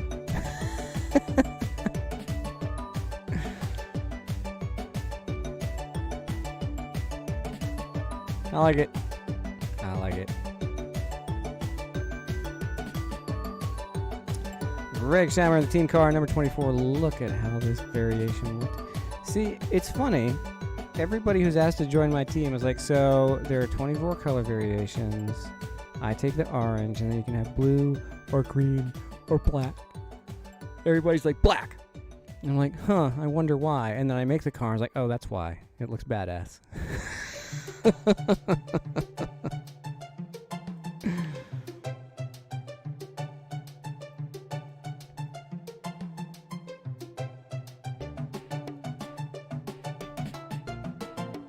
like it.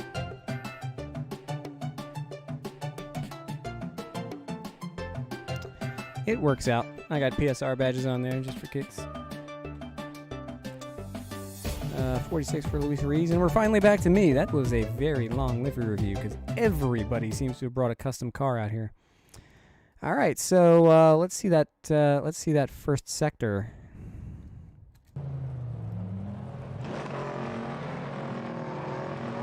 Let's see what happened to Greg's race. Doesn't take long. I will not return to this track even to say hello. I hear you, man. A lot of people get frustrated here.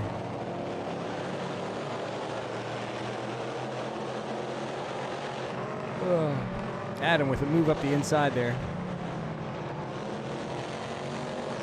Vince, I don't know if you're in the chat right now, but I cut you off so many times in this race, and I'm sorry. I was just driving like an idiot out there tonight. Oof! Is that Don? Don, man. I think he got killed by the Italian Lorax. Yep. Got killed by the Lorax. Comes out here. Oh, no, he didn't even make it to the grass. He just spun on entry. Was that on entry to the corner?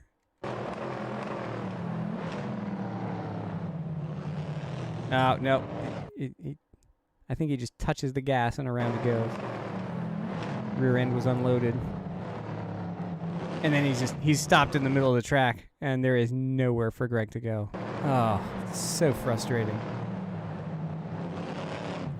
And yeah, let's...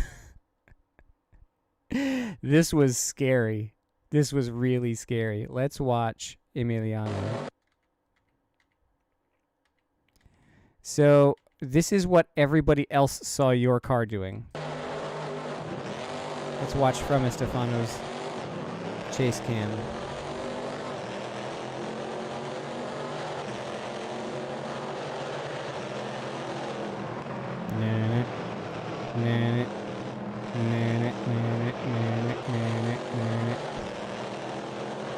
Watch here coming into T1. I don't know how you avoided hitting all these people, but oh, what's this? What's this? Oh, jeez.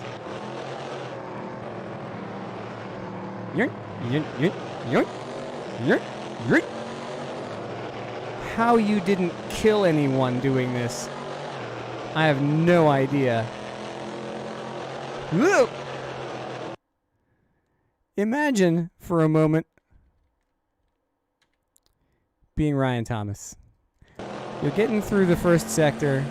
The race has just started. Things are hectic. The guy in front of you just spun. You just avoided him. And now you have Mr. Twilight Zone ahead of you. Yoink! Wow, look at this. He's door to door with Adam. He's like, oh, I have a nice clean corner exit here, and boink! What? And now, oh no, he's lagging. What's gonna happen? I don't know. I don't know where he is. I'm gonna warp.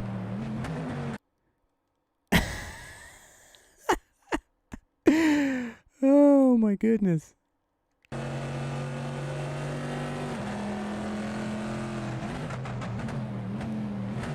Now Sean's behind me and sees, what's Emiliano's car doing?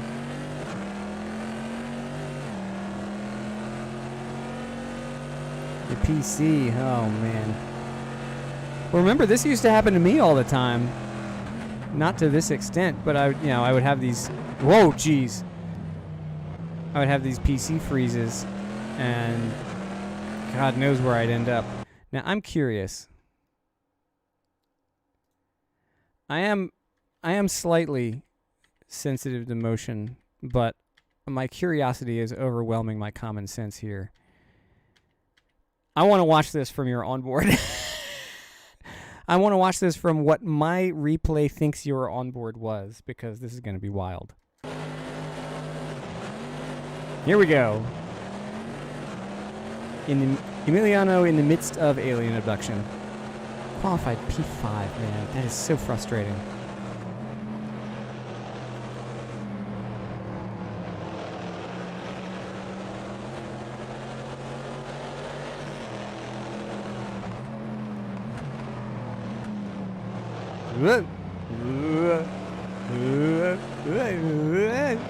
Boink.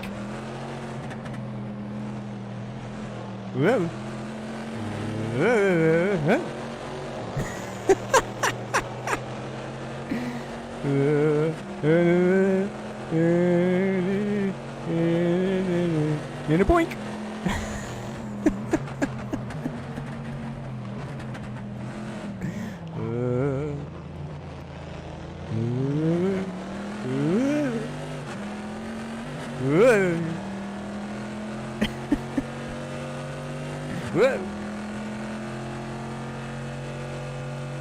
Captain, we're picking up a temporal distortion.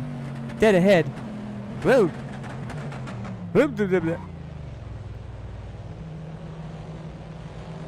Wow. I am having fun. That was funny.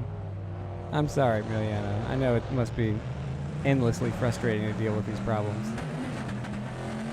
Oh, it's still going. It's still going.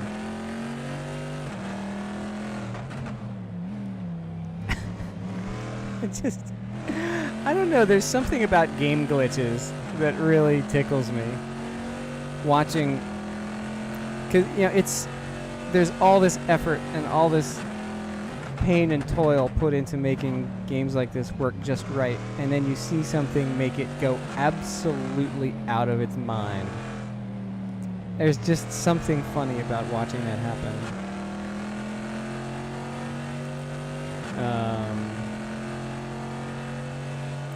And, you know, it's weird because for all the sim racing that I've done,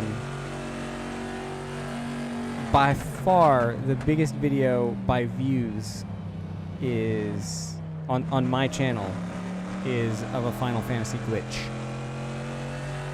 where you could like hop up on a rock that you weren't supposed to be up on and you like walk all over the edge of a zone where you're not supposed to be. There's like a series of 4 videos that I made when one of those was discovered. And I think that series of videos... Oh, Jay's warping too! I think that series of videos has more views than all of my sim racing stuff combined. GTP Virtual Challenge is a great video. I think it has like, what, 600 or 700 views? The Final Fantasy XIV glitch video, the first video, has 9,000 views. Which I think by itself is more than all of my sim racing. And then there are 3 other videos after that. The GTP challenge should have a lot of views because that was a really fun event. Oh my god, they glitched through each other! 2 cars are glitching and they hit each other. And boink. Oh. Yeah, that's wild. Okay. I'm done watching. I'm done watching crazy time warps. Anyway, this was fun. You removed Soul and it was fixed. That's weird because I've never. I don't know. I've never had a problem with that. A lot of people say they've had problems with CSP and Sol and stuff, and I'm just like, I follow the instructions and it just works for me. I don't know. Every environment is different. By the same token, I do stuff in my job where my computer is the only one busted and everybody looks at me funny like, why are you having all these problems, man?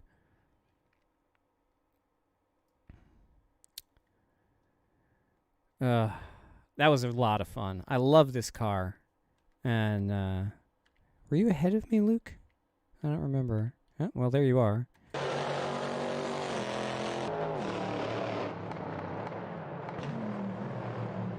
What a livery. That's cool.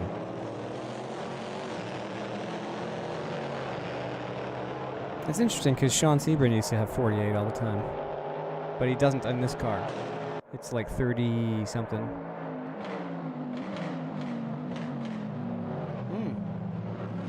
What is that in the blue car? Oh, Johnny. Oh, John. Oh, you were saying you hit the, you're saying you hit the wall.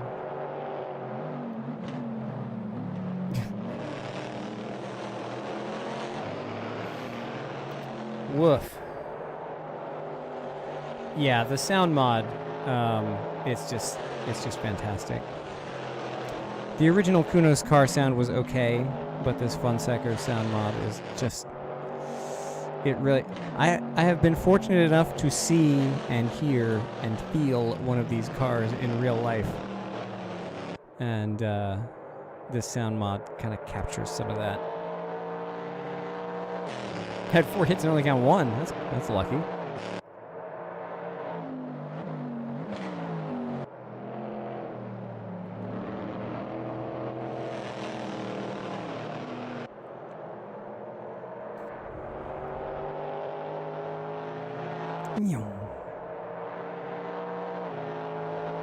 The cameras on this track are so weird. Wow. Going through the pylons. You don't get a penalty for that?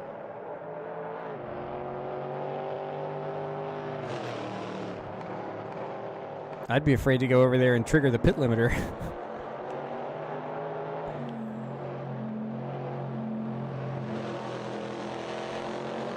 Because that's still the end of pit lane over there.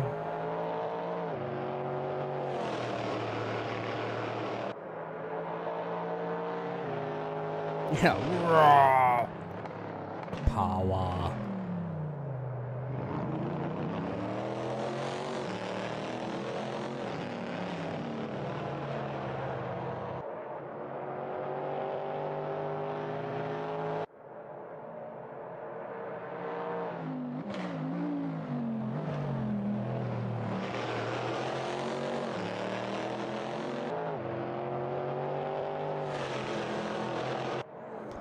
Nice. All right. Well, hang on. 11:20. All right. 11:20. There we go. And we're looking for James Leader. Hey, there you are. Oh, sunset's always good for a laugh.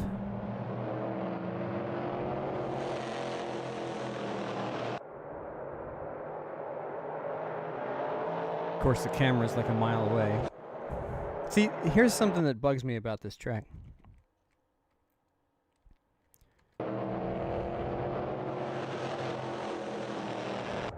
You have this really cool replay camera angle. How is this camera sitting here? Like, if I go free cam, what are we hanging off of right now? There's nothing here for the camera to be mounted to. It's just like a view onto the track from a point in space.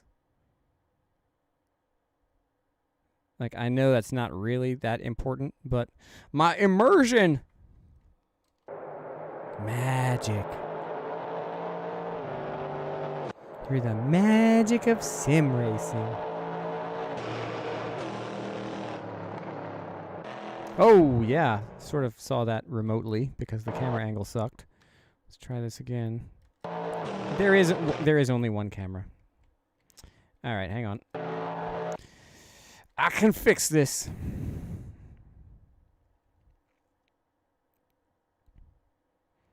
I'll make my own camera with blackjack and hookers. You know what? Forget the camera.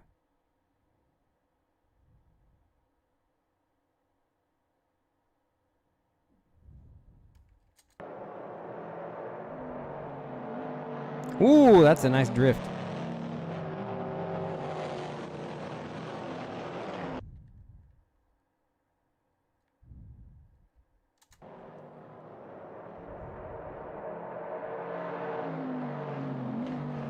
Whee!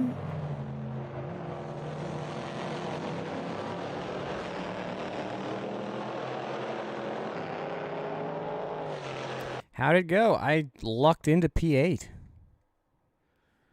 Ain't gonna argue. 56:30. Oh, I'm right on it.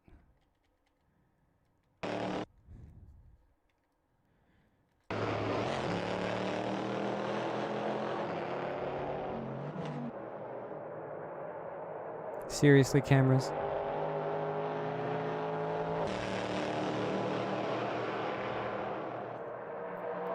Oh, here we go. Oh! Oh, wow. Almost held on to it, though.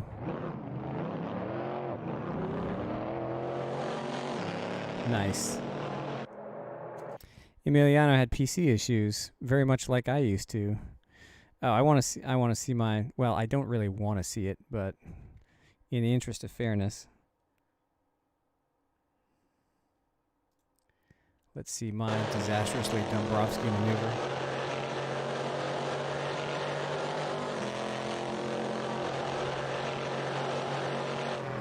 Is it this lap or the next one?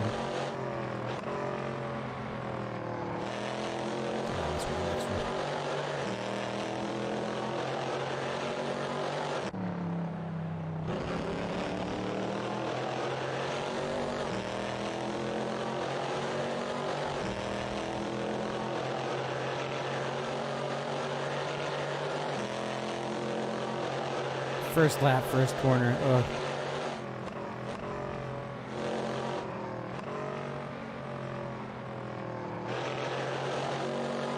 Wait. This isn't the lap. What in the world? Is it the next one? Trying to find a lap that's longer than the others in the timeline.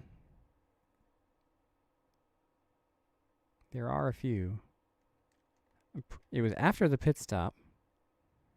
It's close to the end of the race. Oh, there it is. There's my stupiditas maneuver.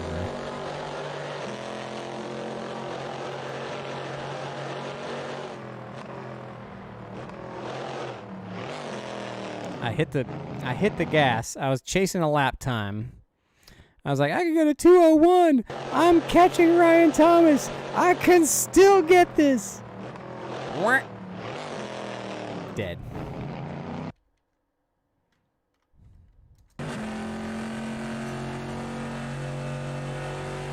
I was gaining on him too.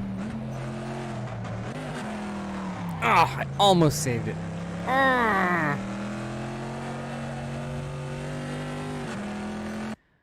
What an ultramaroon.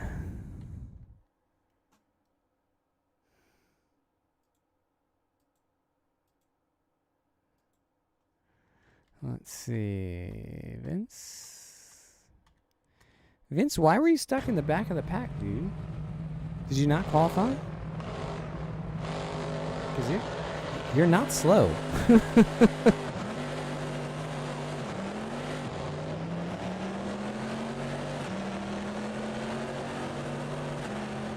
OBS crashed AC. Oh no.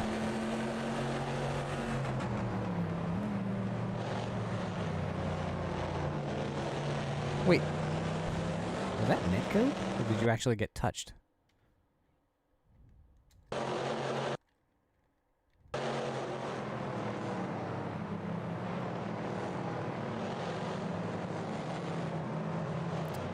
Yeah, just kind of hit some phantom bump and spun. By the way, Vince, I slid in front of you and cut you off so many times in this race. I'm so sorry. I wasn't blocking you. I was just bad. I just want to clear that up in case there's any misunderstanding. At no point was I trying to defend or cut you off. I was just terrible. And sliding everywhere. Oh, yeah. Look at this. 3 wide. Oh, jeez. Who is that? Johnny. Coming in here just a little bit too hot. And just barely slides out. Is that Anthony White? Oh, man. This start was crazy. But, hey, it's Sebring, so, you know. The lightest of taps, but that's enough to... Yeah. Well, absolute carnage, yeah. And that was very close to taking Vince out as well. Who's that good-looking orange car up ahead?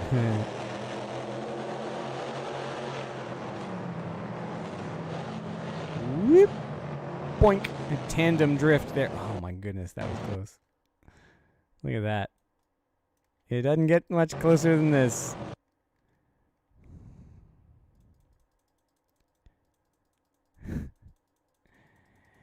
When your front lip spoiler passes through the shadow of the wing of the car in front of you, you know you're close.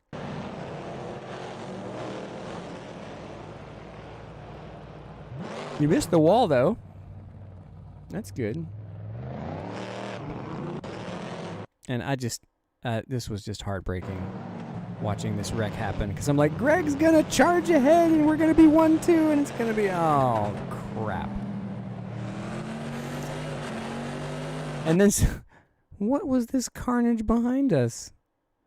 I guess now we're figuring out how we made up all these positions.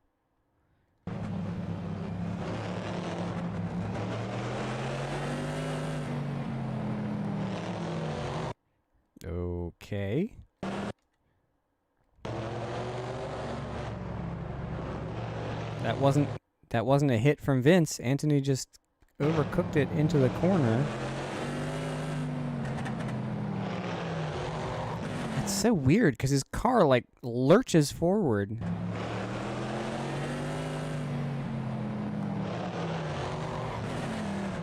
And then of course they get hit because they're in the way now. Yikes.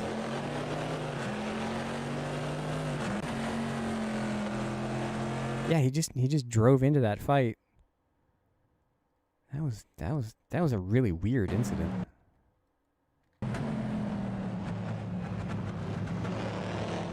I mean, you see two cars side by side in front of you. He just drives in like there's nobody there. And then Sean has nowhere to go. Who is it that actually hits him once he's stopped? He just throws it in. Oh, it was Vince hitting him. Jeez, Vince, you had just no luck. Already recovering from a spin. Oh, these guys wreck out in front of you. Hey, look, it's GTP versus Pro Sim.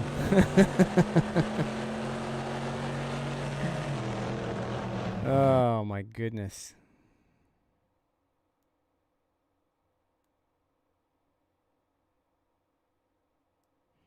Yeah, if you're going for that gap and trying to follow me through the corner, then, yeah. And it's, imagine you're John Crane coming through the field. It's first lap. You see Don spin. You avoid it. You're like, I'm through.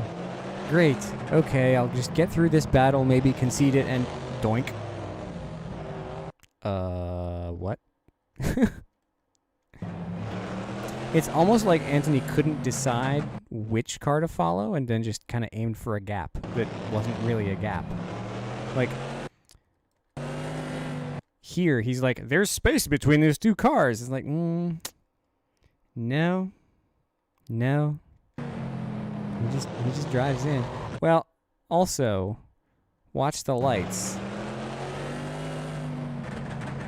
He just overcooked it, and then he's locked up, and then, like, even if he has come to his senses, it's already too late by the time it happens. Like, ooh, I can shoot this gap. No, I can't. Brake. And you can't brake here. It's already too late.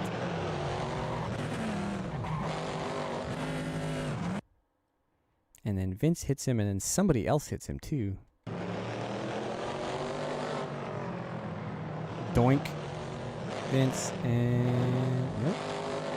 This is weird. Look at this. Nobody hits him. He just wiggles.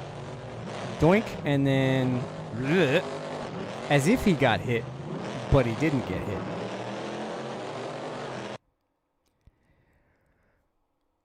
Yeah, I mean,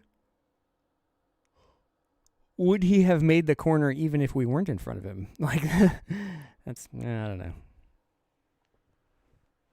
Whole lot of lap one nonsense, and a lot of good drivers got taken out, which is unfortunate. That kind of stuff doesn't need to happen. But hey, got me through the field, right? Let's check this out. Results time. Where is it? There it is. Ta-da! Aren't races won in the first corner? Absolutely. Who needs to race for an hour when you can knock everyone out in the first 10 seconds? Ethan Dean with the clean win. Now, that was a bad segue because Ethan Dean did not kill anyone. He was clean for 30 laps. Austin Ognoski in second. Oh, man. Excuse me. James Leader in third with just the one touch. Luke Benmeister in fourth. Vicente de Silva coming back out of nowhere to take P5. You want to talk about a recovery drive? This man was in last place. Last to fifth challenge achieved against this competition. That is massive. Well done. Did you not take tires?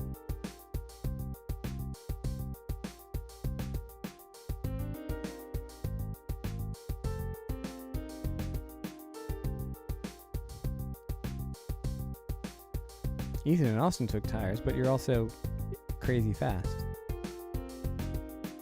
I don't know.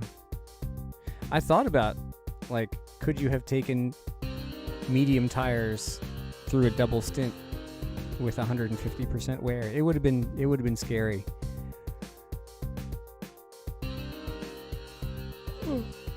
Okay, Juan Caides in 6th, clean. Ryan Thomas with the 2 hits. Me with just the 1, self-inflicted. Estefano Barrera Rodriguez in 9th, and Sean Sebring with a top 10. Welcome back. The champion of Trinidad with a clean 10th place finish. Good as a split 2 win. John Crane 11th, Paul Holmes 12th. Don recovering for 14th. We got Johnny in 16th. Greg coming back to 17th. 5 incidents. That is just tragic. That race should have been better than that. Speaking of which, Emiliano Videla, 3 incidents and a 18th place. You're better than this. 64 points for a clean 6 laps from Adam. Or I think you said your PC. Oh no, you warped to pits. Whoopsie. Yeah, no fun being 18 minutes into an hour-long race and then being a lap down. Let's see. Look at this. So Vince starts at the back, makes it through the carnage, gets up to 12th, continues to advance through the field, gets as high as 6th, pits, I guess? Pitting early on lap 10, and then just charging up through the pit cycle back to 5th place. From absolutely nowhere. Why is YouTube chat filtering out a message that is an emoji of someone yawning? Come on, YouTube. If you're gonna provide an emoji of someone yawning, why would you then filter it? That's weird. Anyway, so there's the result. And I imagine that the championship standings will look very similar. Ethan Dean up front. Austin Onoski second. James Leader third. Juan, Vince, Luke, and little old me in 7th place. Hooray! 1 point ahead of Sean Sebring in 8th. Nice. Welcome back, man.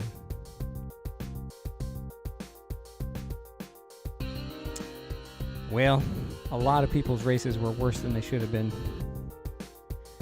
But that means a couple of people's races were better than they should have been, and I might be one of them.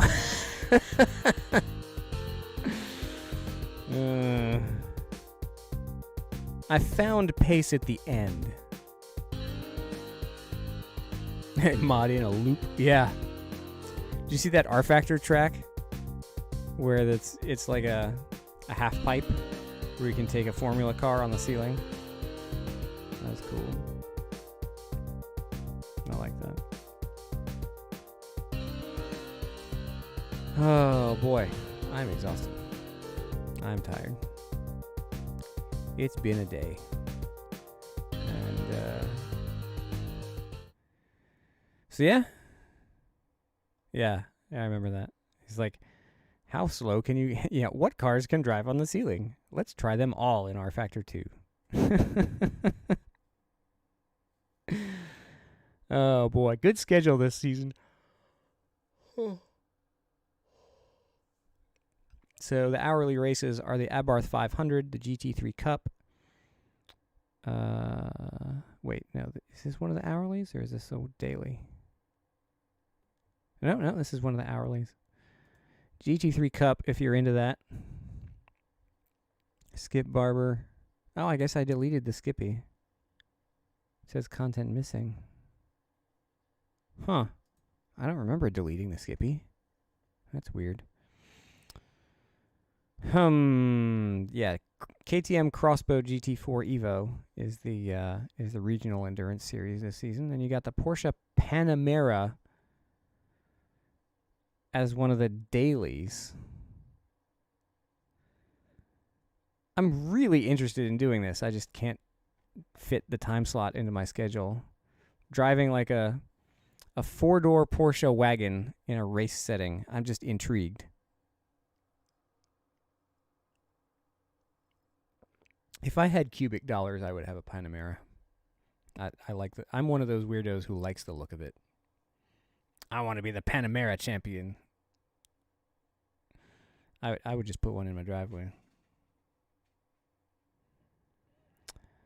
Yeah, and I don't think I can make the Euro schedule anyway. Yep. Body saying, why are you still doing this? GTP versus 2 Ultra 4s tomorrow night. Monza in old GT3 cars. This will be good. And these 20 minutes? Tell me they're 20 minutes. Okay, good. I don't know what I'm going to do next season, but it's going to be 20-minute races. I'm just killing myself with these hour-long events. Oh, man.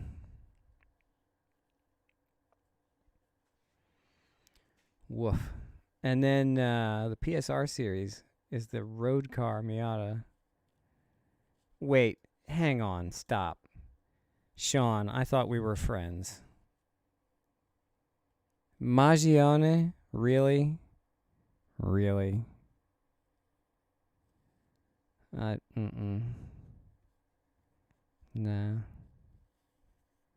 That's a no from me, dog. Gross. It was Sean's idea to do Magione. Like I say, I don't know. I don't feel like I even know him anymore.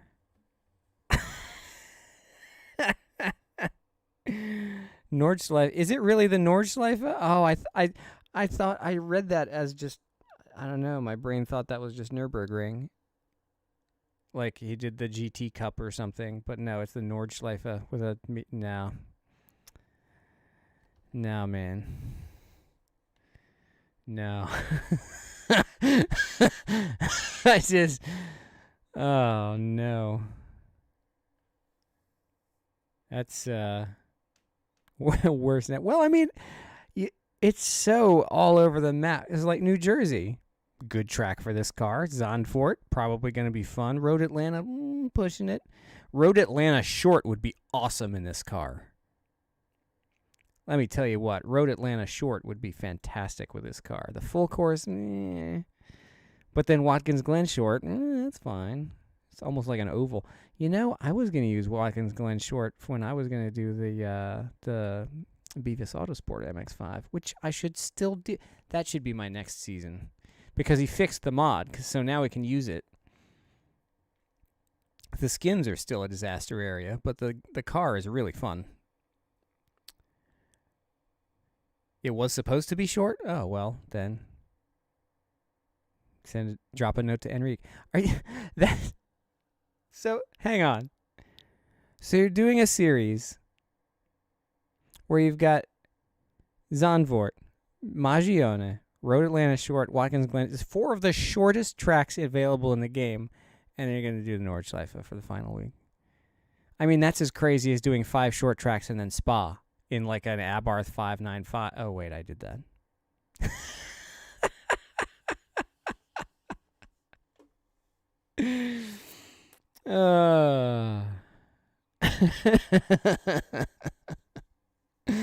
That's exactly what I did with the Abarth last year.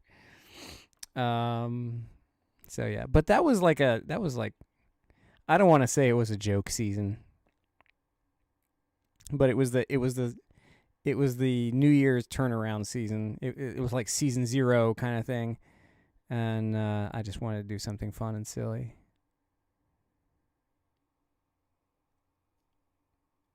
Yeah, nobody's gonna show up for that. I love Sean and what he does. Nobody's gonna go to that race. Oh no.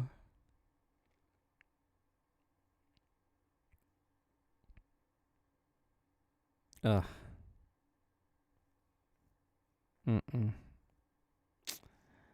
Nah. New Jersey is going to be really good in this car. So I might try to do that. I like New Jersey, and we don't run it enough. I guess because we don't run enough cars that really suit it. It is very much like a road car or like TCA class kind of thing. It's too tight to run anything really fast. But it's really good for like road cars and like street tuner race cars. That'll be fun. That'll be fun. I'll try to make it on Thursday. And then Road America for the KTM. Oh, look at this schedule. Look at this schedule. Road America, Barcelona, Summit Point, Mugello, Spa, and Mosport. Oh, yes. Oh, that's some good stuff. That is some good stuff right there. Yes, please, sign me up. Well, if there's any question about whether I'm going to do the Regional Endurance Series for the U.S., yeah, I'm going to do that.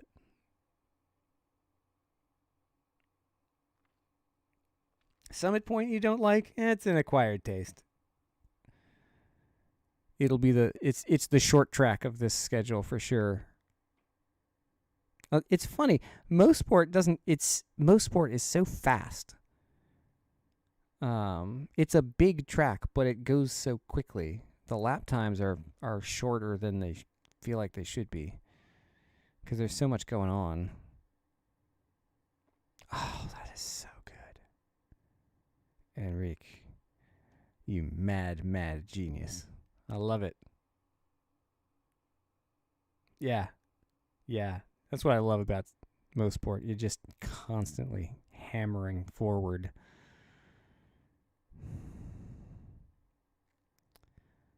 I'm just maybe by November we'll also have the version 2 of that track out. I know John R is still working on it, but I think he and Lilsky are waiting to release the next big revisions of their tracks until the rain effects are done, because they want to have rain effects as kind of a launch thing.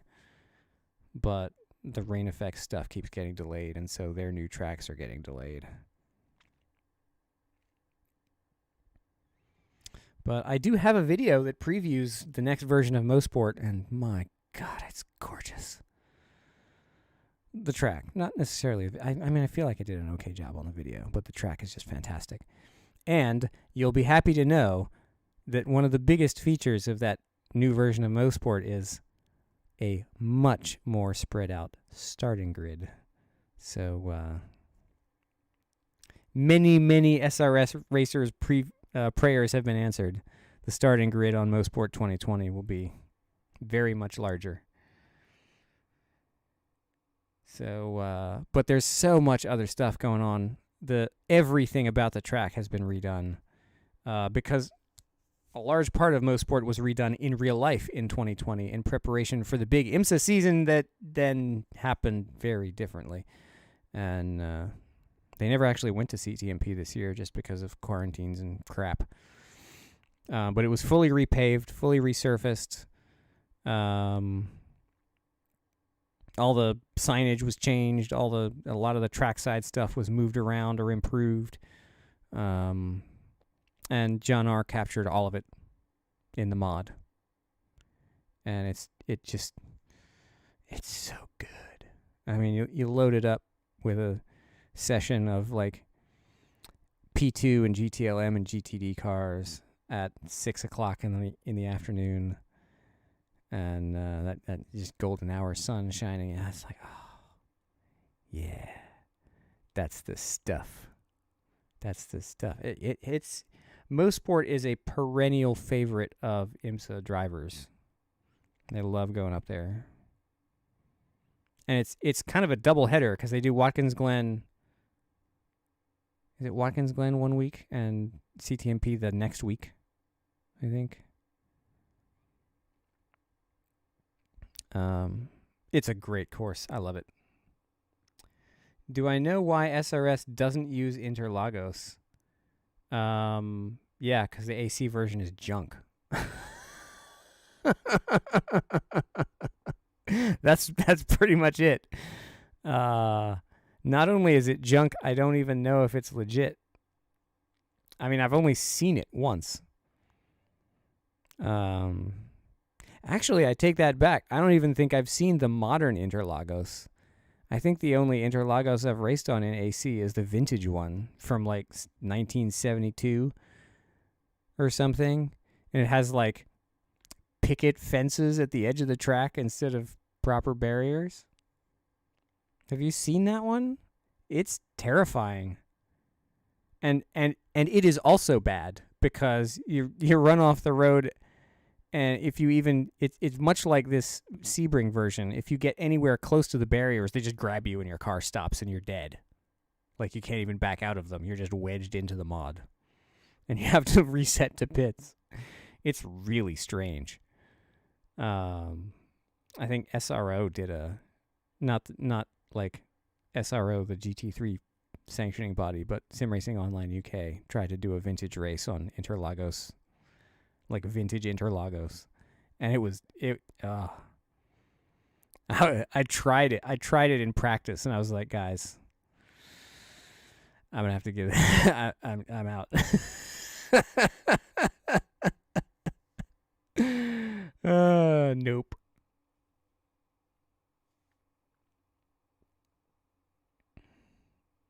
Oh, the Interlagos is an Automobilista rip? The old one or the new one? I would guess it's the new one. How do you find out if a mod track is an illegal rip? Well, oh, the old one is, oh, wow, okay. One of the telltales, I think it was Gary Patterson that talked about this once. It's like people who create stuff from scratch, who put in the work and the time and the effort and the sweat and the pain to do something well, are going to talk about it constantly. And so the really good mods, both cars and tracks, you see build threads. You see, hey, I did this, yeah, I made this building look right this week. You know, I made the surface not crap, and that took a month. I figured out how to do this in the last 5 days. And they'll post about it. And then you get these other mods that come out, and they just drop out of the sky. Like, Guerrilla Mods now presenting this year's GT4 field in Assetto Corsa. It's like, didn't a different game just come out a couple of months before that had GT4 cars in it? And it's like, the new grid is going to have the modern GTLM cars and DPIs in it. And then all of a sudden, Rollovers announces new endurance pack with DPIs. And it's like, really? So, like, yeah, Gary said one time that, like, the biggest telltale for whether a mod is legit is that you've seen it happen. Like, you don't have to ask because whoever's making it has been talking about it constantly for months already. It's like, you know it's legit because you got to watch the process. Whereas these things that just kind of fall out of the sky into people's laps, like, hey, massive new AC mod. Where did it come from? Yeah.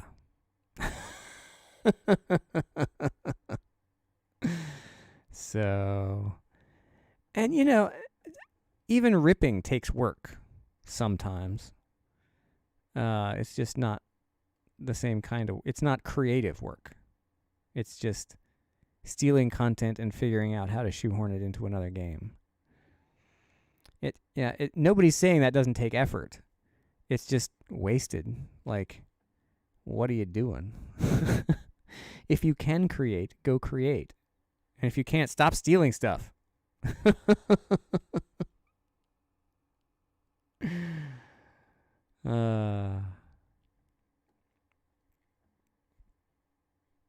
Anyway. Any creative community is going to have this problem.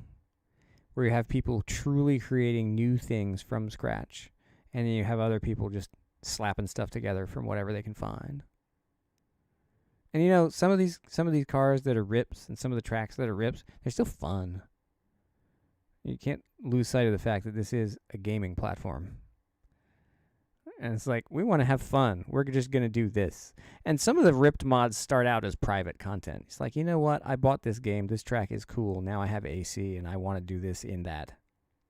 And, oh, with a few little rips and tweaks and things, I can have that thing in this game. That's cool. You know? There's something really neat about that. But there's a difference between having this one game with stuff in it and realizing you can port that stuff to another game and doing that in private. Like, that's a thing you can do because you've legitimately bought both games and one of them lets you mod. And it's like, okay, go, have fun. But then if you take that mod and try to pass it off as, hey, I did this thing, particularly the ones who are like, I did this thing, you can pay me for it now. It's like, no, you straight up stole that stuff. We're not going to pay you for that. Yeah. People like Gary P. and Lilski and John R. and URD and VRC and RSS and all these guys who just create stuff out of nowhere. Like Gary Patterson did a bunch of the models for ACC. And granted, he was handed a lot of data about the car's geometry and physics and whatever, but it's still just the amount of work and talent that goes into doing that well is just mind-blowing.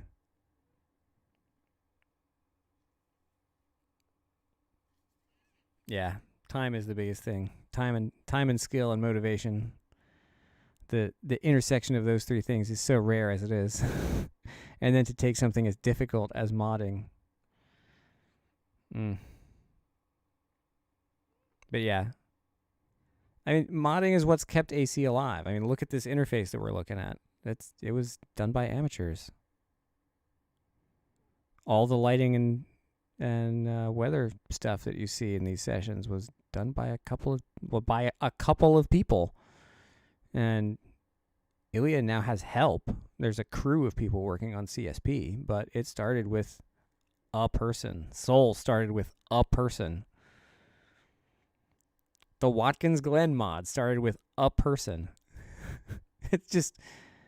It's amazing how much the community has done with this game.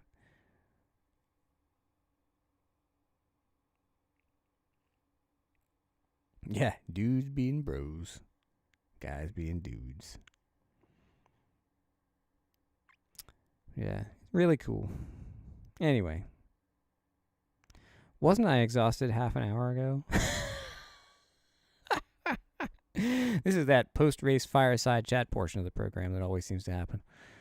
That's fun, too. All right, I'm going to go pass out now. But tomorrow night, we'll be doing vintage GT3s at Monza with the GTP guys and Too Old for Forza. GTP and Too Old for Forza, GT3 and Monza. There's some sort of like tongue twister or nursery rhyme waiting to happen here. But, oh yeah, there have been a couple of good attempts at Grand Valley. I think I've seen a Grand Valley mod available out there. And there's even, I think it might even be on Race Department. I know I've seen people talking about a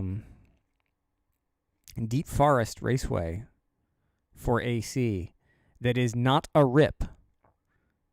Whoever made it, like, had GT Sport or GT6 in one system and had the software, the modeling software to build the mod on his PC and like sat and like did everything to make it's a scratch built track to simulate something that could have been ripped. At least that's the story I've heard. I don't know. I haven't seen the track yet, but that would be really interesting. Oh, and they also did Trial Mountain. That's fantastic. But yeah, that's the kind of thing where like there's such a difference between, like, you could have just somehow figured out a way to crack that data, because it's just bytes, right? You crack that model out of GT Sport or GT6, port it into software to build your 3D model for AC, and voila, you have track from one game in another game. But that's apparently not what happened. This is a scratch-built homage to the stuff in GT, but it's all legit. It's weird.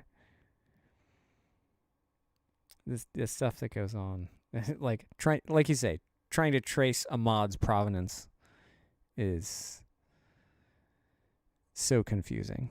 I have a video about that too, but yeah.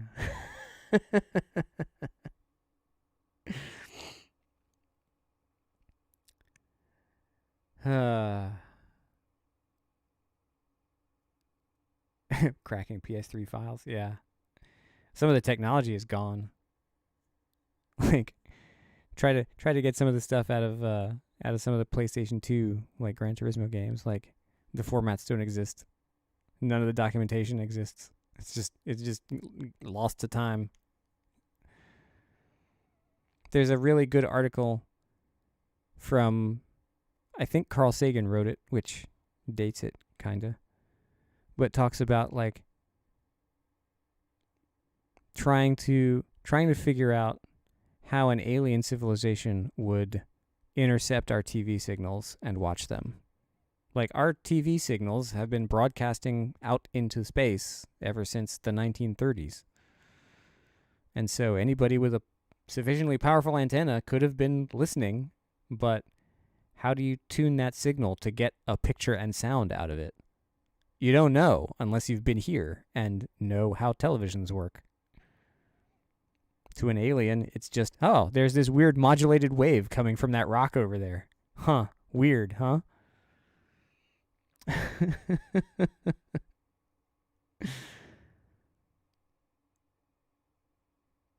Yeah, all those old games, man. They're just poof. My original Xbox finally died a few weeks ago, and now I have this shelf full of Xbox games that I can't play anymore. And a couple of memory, and, you know, a hard drive full of save files that might as well be a brick in a sidewalk. What do you do? Anyway. I feel like I'm about to be a brick in a sidewalk. I think I better go to bed. But thanks for hanging out for the extended post race. It's fun to have. I should just make a scene for shooting the shit after the race. Oops, I just ruined my G rating. Oh well.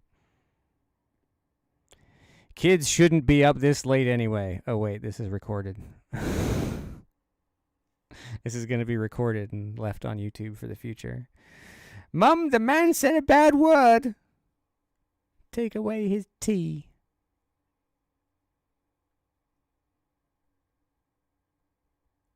Bloody bollocks.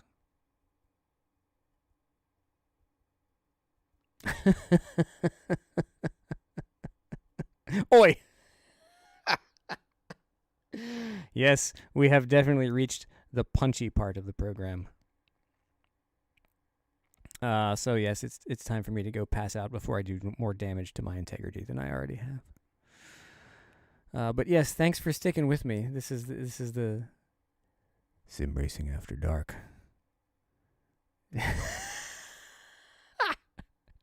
I'm offended by your language, sir. Good night, wanka. Nice.